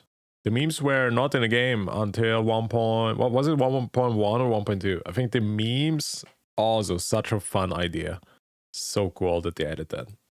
They didn't stop there. They added an event that has like the holograms, but it's co-op. You can play with other players and you can try the echoes with more variety, with unlocking new abilities and having more fun in an event. And I always do not like events in gacha games, but this event was so fun. Players had so much fun playing co-op, playing multiplayer in Wuthering Waves, and then doing some challenging content that has some good rewards. But the main thing that I want to talk about, I want an overworld co-op event, not a domain, to be honest. But yeah, the co-op was good. I mean, it's better co-op we ever saw in Genshin, to be honest. I did enjoy them, but I want overworld co-op to. There has to be something. Is 1.4, the current version of the game. They added Camellia, the new character that I already had to make a dedicated video for her because of how good the introduction of this character was, how well they marketed this character, because Kuro Games had a marketing problem with their previous game. People like Punishing Grey Raven, but a lot of people don't even know about the existence of this game. True. But we all know that it has a good community. 5 people play this game That really likes it. So we all know that Kuro Games had a problem with marketing, but now they are marketing their game in the smartest way possible, and they are making a step up with the cinematics. I thought the Shorekeeper cinematics were cool, but now we saw better stories and better cinematics, and of course the most hyped character in the game. They really delivered with her gameplay, and we all know the most important thing about Wuthering Waves. Bro, did he put Persona music? Isn't that DMCA? Why is he putting DMCA music? It's gameplay. It's really good. It's really smooth. And with adding so many characters that are different and that have different gameplay mechanics, this... Let me actually check. Did he get DMCA from this? No, he didn't. Okay, interesting. How did he do that? makes it even better. And in 1.4, when we go back to the Depth of Elusive Realm, the same mode that players said that it might be the best mode and they can improve on it, we had the best improvement for this mode ever. They added a whole story to this mode. You can play it as a story mode, I like that. change characters and have more POVs. But the most important thing is that they added a whole new mechanic in the game. You can use more than one ultimate with I do think it's cool, but the gameplay itself is not at least I guess I didn't play it enough, but like button smashing kind of, right? It's like I don't know.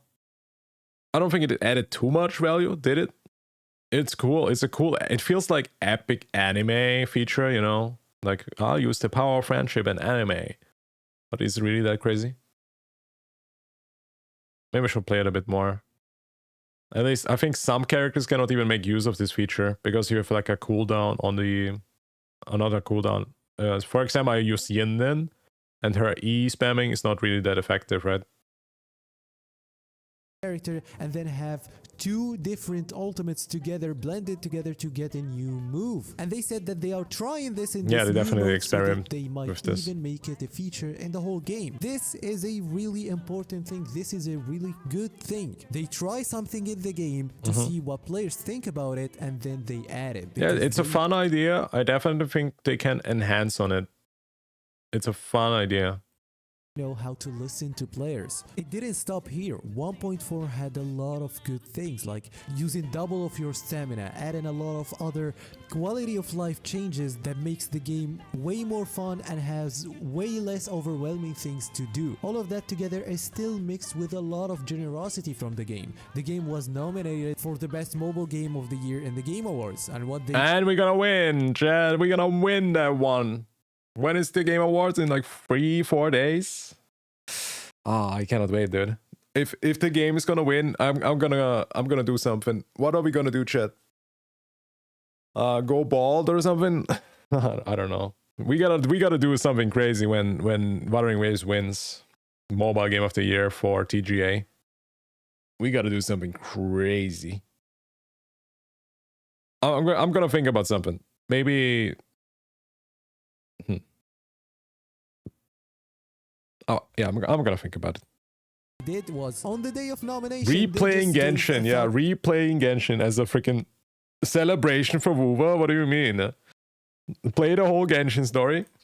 That's torture. Which takes me again to the devs. The game has its problems. The devs go ahead and acknowledge it, even with video. And they say, yes, the game has its problem. We are still not happy with the current situation of the game. We want it to get better. And this makes players we need more endgame. Excited about the game. And just after the 1.4, they just dropped the announcement for 2.0. Insane. That this version is going to be way bigger than 1.4. It's going to change the game forever. Not only that, they also said 25 that the game days is coming to PS5 at the start of 2025. So all of that spiked the popularity of Wuthering Drunk Waves stream? even more, Oh and god. made players really like the game even more. They are ban hardworking. speedrun. Twitch ban speedrun. Making a better product every single version. But then people can look at the revenue of the game and say, yeah, the revenue isn't like Genshin. Have you completed all holograms? I did.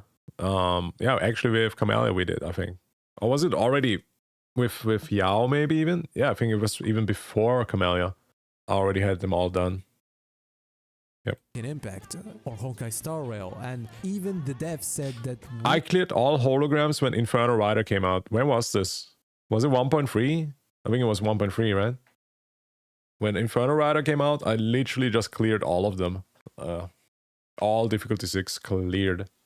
Don't care about the Drunk revenue stream? if we can survive and make the product and market the product and have some profit from it. We don't have to make $1 billion to make a good project. And also, if this okay, let me hear again what he said.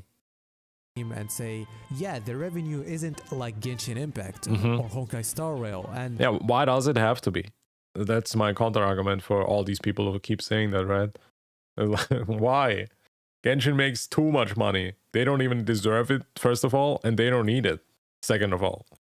Even the devs said that we don't care about the revenue if we can survive and make the product and market the product and have some profit from it. We don't have to make $1 billion to make a good project. And also, if this proves something, is that the game you don't need... It's just so weird how society, I'm not going to say society, the Gacha gaming community has this perspective with revenue.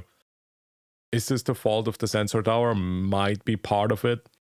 But why do we praise games that make more money than just good games? You know, it's like, how became money an indicator of how good a game is? I don't know, man. It's so dumb. Need to spend. Especially, I mean, I get it in some sense. You know, if it makes money, it's probably good. But there are so many games where this is not the case, right? The game could be just very good at marketing and selling out and being greedy and power creep, you know? Especially in gacha games. This logic does not work in gacha games, you know? Gacha games can make money without being good. Let's be real. Like thousands of dollars to have fun. The game is keeping on giving players so much free stuff, so much free characters, and the content of the game is not overwhelming and more fun to play as a free-to-play or low spend. Dude, I'm gonna jump on this freaking building and I'm gonna freaking make parkour or some shit. Parkour time. Just gonna use Encore and jump from the building and die. That's gonna be my content. Every day we're gonna do that. So that's actually a flex. And with all of that, they are still making millions of dollars, by the way. Now that I compare this game with other live service games, Wuthering Waves is really a wake-up call. A lot of other games, a lot of other live service games, they are not doing anything. They are not changing the game. They are not listening. Of course, there is Ooh, which game is he talking about specifically? Huh? Who's not listening? Oh, is it somebody who went on stage and blamed the players? Ah, I remember. Developers need to learn from Kuro Games and how to listen to players and how to make the players happy even after the rage, even after criticizing your game. You can regain players if the game is good. Yeah, imagine if you don't feel personally attacked if somebody criticizes your game and you just take it as a business proportion to actually improve on the things that people complain. Okay? Insane. If you could do that. Wow.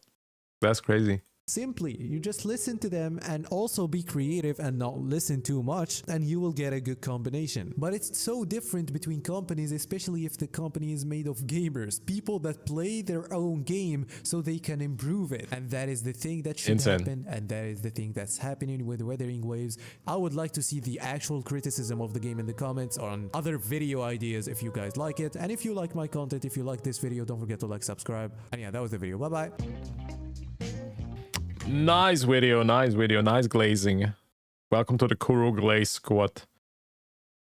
We are now the freaking... I'm actually thinking about making a new Discord server. We're just gonna call it Kuro Glazers or something like that. But yeah, great video from Steorg. Once again, banger. What is your favorite change that happened to Wuwa since launch? Oh, let me actually see that. Daily change to 1 daily quest and 180 wave played. Skip button. I mean, that was at launch. New graphics setting. 1.0 was the optimization arc. 1.1 was the criticism, games level design, voice acting, blah blah blah. True. 1.2 was generosity arc. 1.3 they started to pick up exceed expectations. True, I love 1.3 storyline. And Shorekeeper, they cooked so hard with this character. Everybody fell in love. 1.4. Now we are here. Wuwa got nominated in the TGA and Mobile Game of the Year People Choice. Already won several awards, including Mobile Game of the Year in another Game Awards. True. And 2.0, I believe, is where the real Wuthering Waves starts, along with the PS5 release. 1.0 to 1.4 felt like one giant open beta with all quality of life features added, all fixes, all updates, all improvement in performance, gameplay, music, characters, and story. True.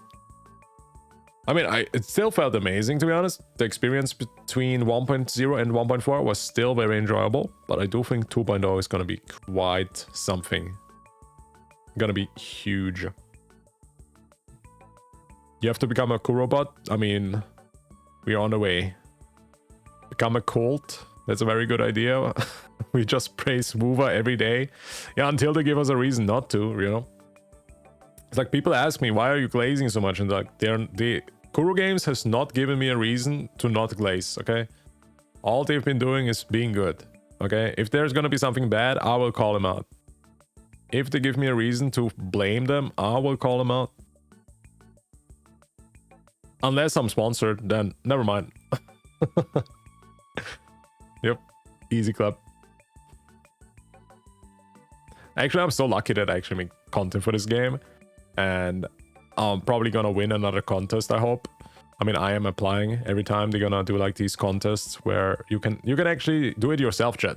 Right now, you can make 1.4 videos and send it to to the what is it? The content creator program stuff, you can actually win, chat. The great thing about Wuthering Waves is there's not too many creators, and if you make consistently Wuthering Waves content, you're gonna connect with all other creators, which is so nice. I never had this happen in Genshin. I did make Genshin videos for 2 years. Nobody talked to me. Nobody. But in Wuwa, because it's probably such a smaller, cozy place, and we all love Kuro games, everybody's actually talking to me, and we have like a connection, man. It's like a Wuwa family. We are all a freaking Wuwa family together. It's so nice. I really do appreciate that game. I appreciate that game and that freaking community. It's such a nice community, man. Really happy for that game. Insane. Needs to be one-to-one praise, criticize, or you are Kurobot according to Gacha community. Yeah, we're actually gonna do a little checkup, huh, in Gacha gaming. Let's see. That is gonna be the final thing we're gonna do today. That I'm probably gonna call it. Let's see, who's blaming Wuthering Waves now? I do think, chat actually, Saint Tontas has achieved the impossible. He converted every Hoyo shill to a Kuro shill. We only have now Kuro shills anymore. So Hoyo shills are gone. Saint Tontas converted all of them. He did it. He's the legend. He went into the Gacha cast. He 1v4'd them, 1v3'd them. He freaking did it. They're all freaking now silent. They're now Kuro bots. Now they are part of the Kuro glazing squad. We have done it. We freaking did it. Dominated 1v3, yeah. I mean, also gotta respect to him, man. The way how he can word himself, express himself, articulate himself. I don't know if this guy's like a politician or something, but he's freaking insane. I wish I had like 10% of that, but I could never. This guy is freaking crazy. A huge respect for him. Pray to Saint for your gacha polls. Is he actually lucky, chat? Does he have a lucky account? I never watched any polls from him. He's the chosen one, yeah. He became a god. He's on the way, chat. I mean, if somebody's gonna get invited to the Kuro base in CN, might be him, huh? Might be him. Best looking feet game. Yeah, that's pretty accurate, if this would be true. Girls frontline, easy win. He can articulate very well, yeah, 100%.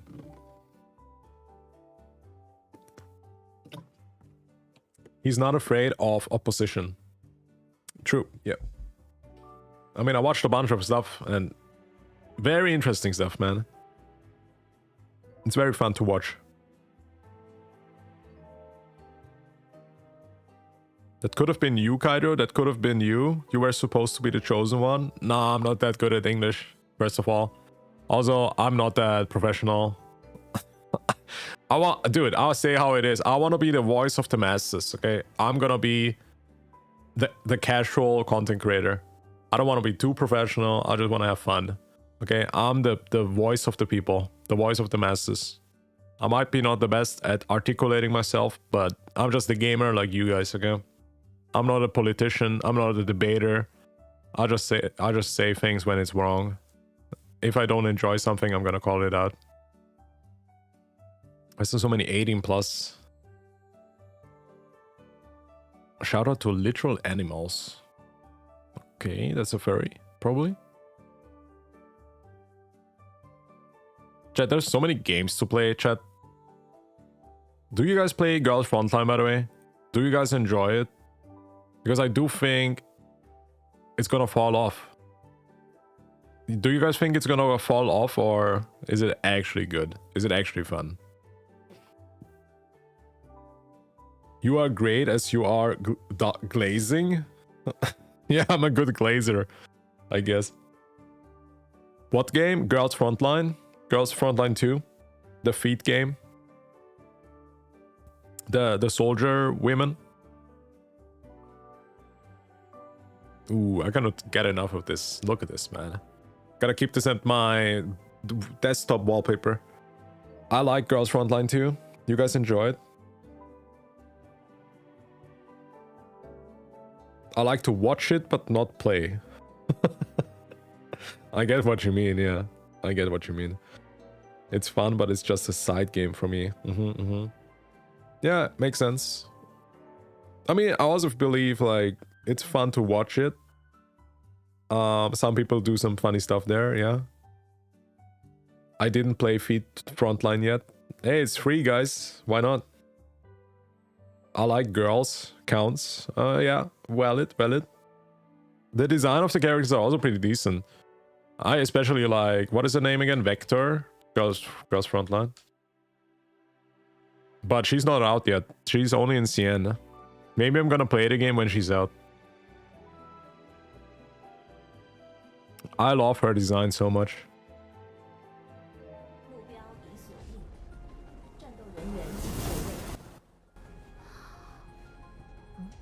She's so cool. Badass women. Also, is it just me or really want the game to be... Oh yeah, they're gonna add this, by the way. This is not in the game yet. The shoulder camera. They're gonna add this. But yeah, I would wish that you could actually control the character and just play yourself. Just make it an action game, man.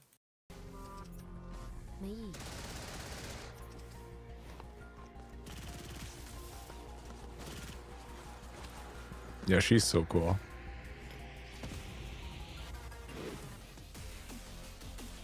Banger. I prefer to control it myself, same. I'm not a fan of turn-based or tactic stuff or strategy. I just want to have some action.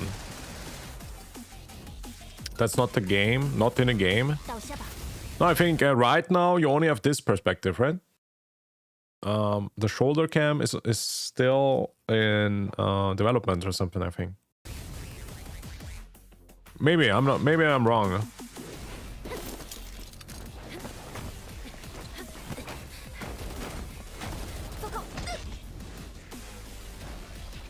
When you make your moves, it shows the shoulder cam.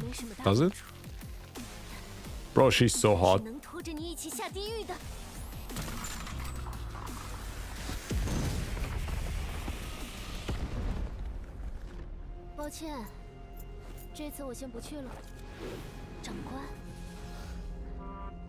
Very cool style.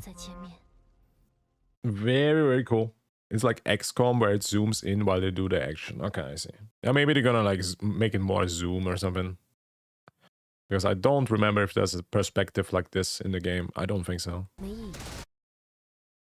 But it looks good. Oh, well, last video, then I'm gonna go to sleep. No Path of Exile, I'm too tired. What is this? 5K Ultra HD eye detail comparison. Wuthering Waves versus Genshin. Let's see it. I mean, Wuwa has some crazy eyes.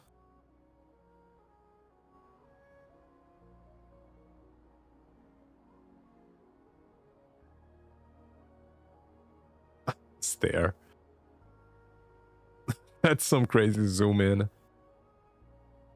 Actually, not that much difference, is there?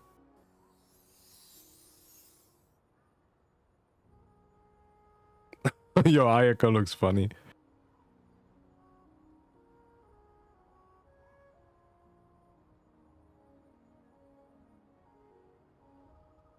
Oh, it's literally for almost the same. Huh. Very similar. Color-wise.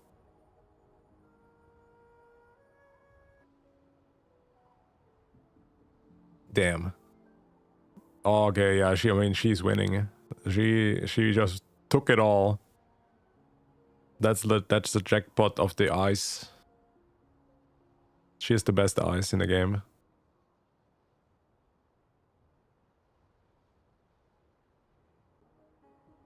God damn.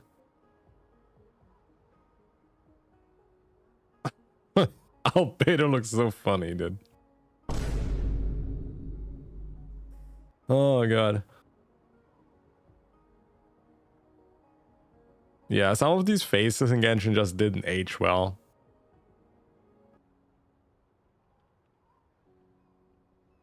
Oh my god, what is this face from Diluc? I see, so angry. I mean, that's what I look like after 4 years of Genshin. That's my face. My disappointment is on my face written.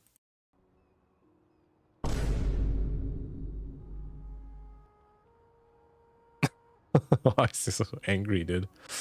Damn. Because his forehead is so big. That's why he's so angry.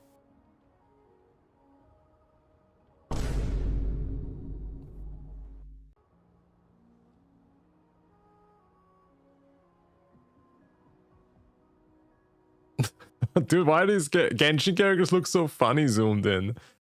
Oh, man.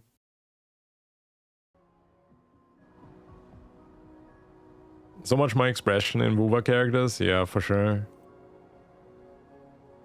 I never realized more Taffy has dragon irises. Ooh, Sana is such a nice face. Such a... I don't know. She has aura, man. That is aura.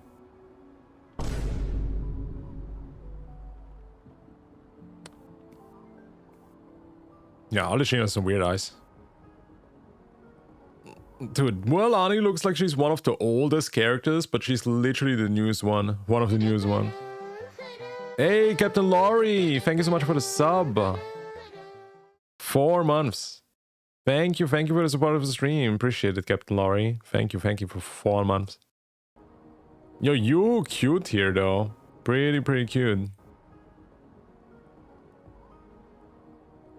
I like how she's, like, having these angles with her head. It actually looks like real, alive. All the Genshin characters, they have like straight faces. All the time, it's just straight. Look at this. They're not moving their heads. Every one of them look like they're in a freaking passport photographic box. They have to take a photo for the freaking box with your passport. But the characters in Wuwa, they have like angles, they change their faces. NPC aura. Yoo-hoo best eyebrows. Oh yeah, she has like these clouds.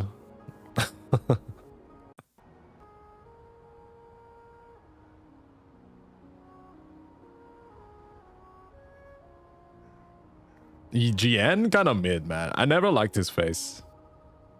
I don't know. Kinda mid.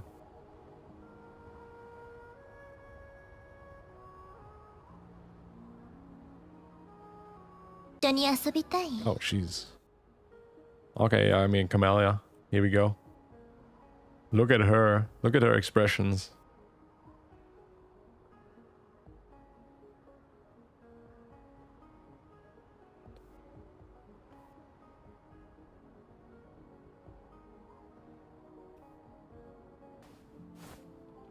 Oh, here we go. One of the most expressive characters. Jetchi has such a good freaking idol, such good expressions.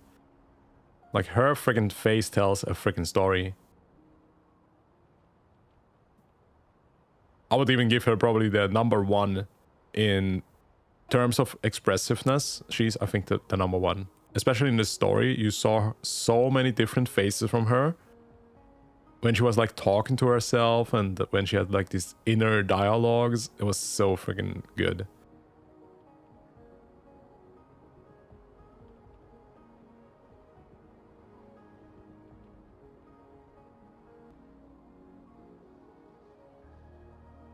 Here we go. Damn, and Genshin models really didn't age well, man. Looking at this closely,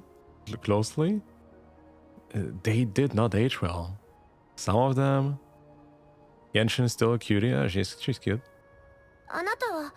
Oh man, these freaking pictures are gonna ruin. Oh, there we go.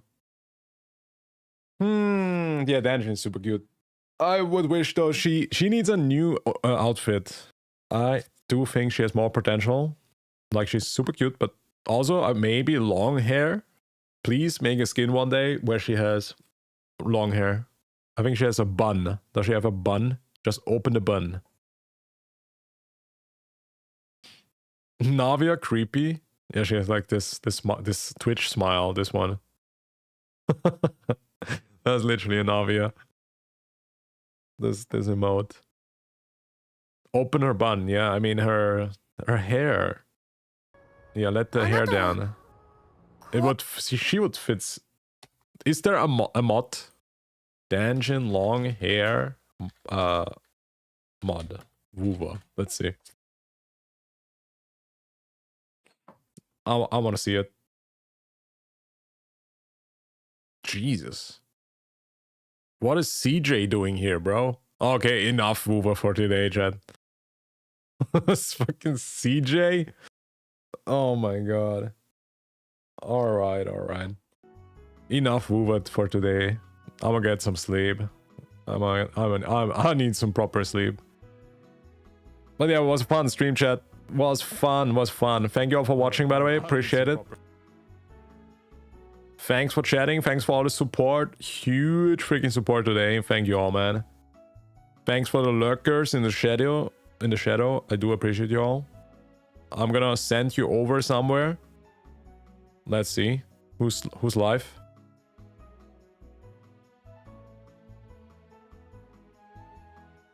Who is live?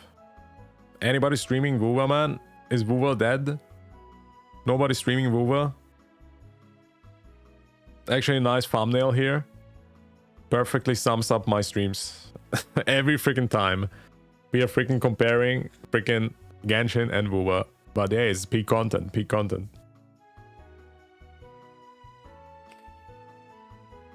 Thanks for the PoE2 stream. Dude, I'm too tired, man.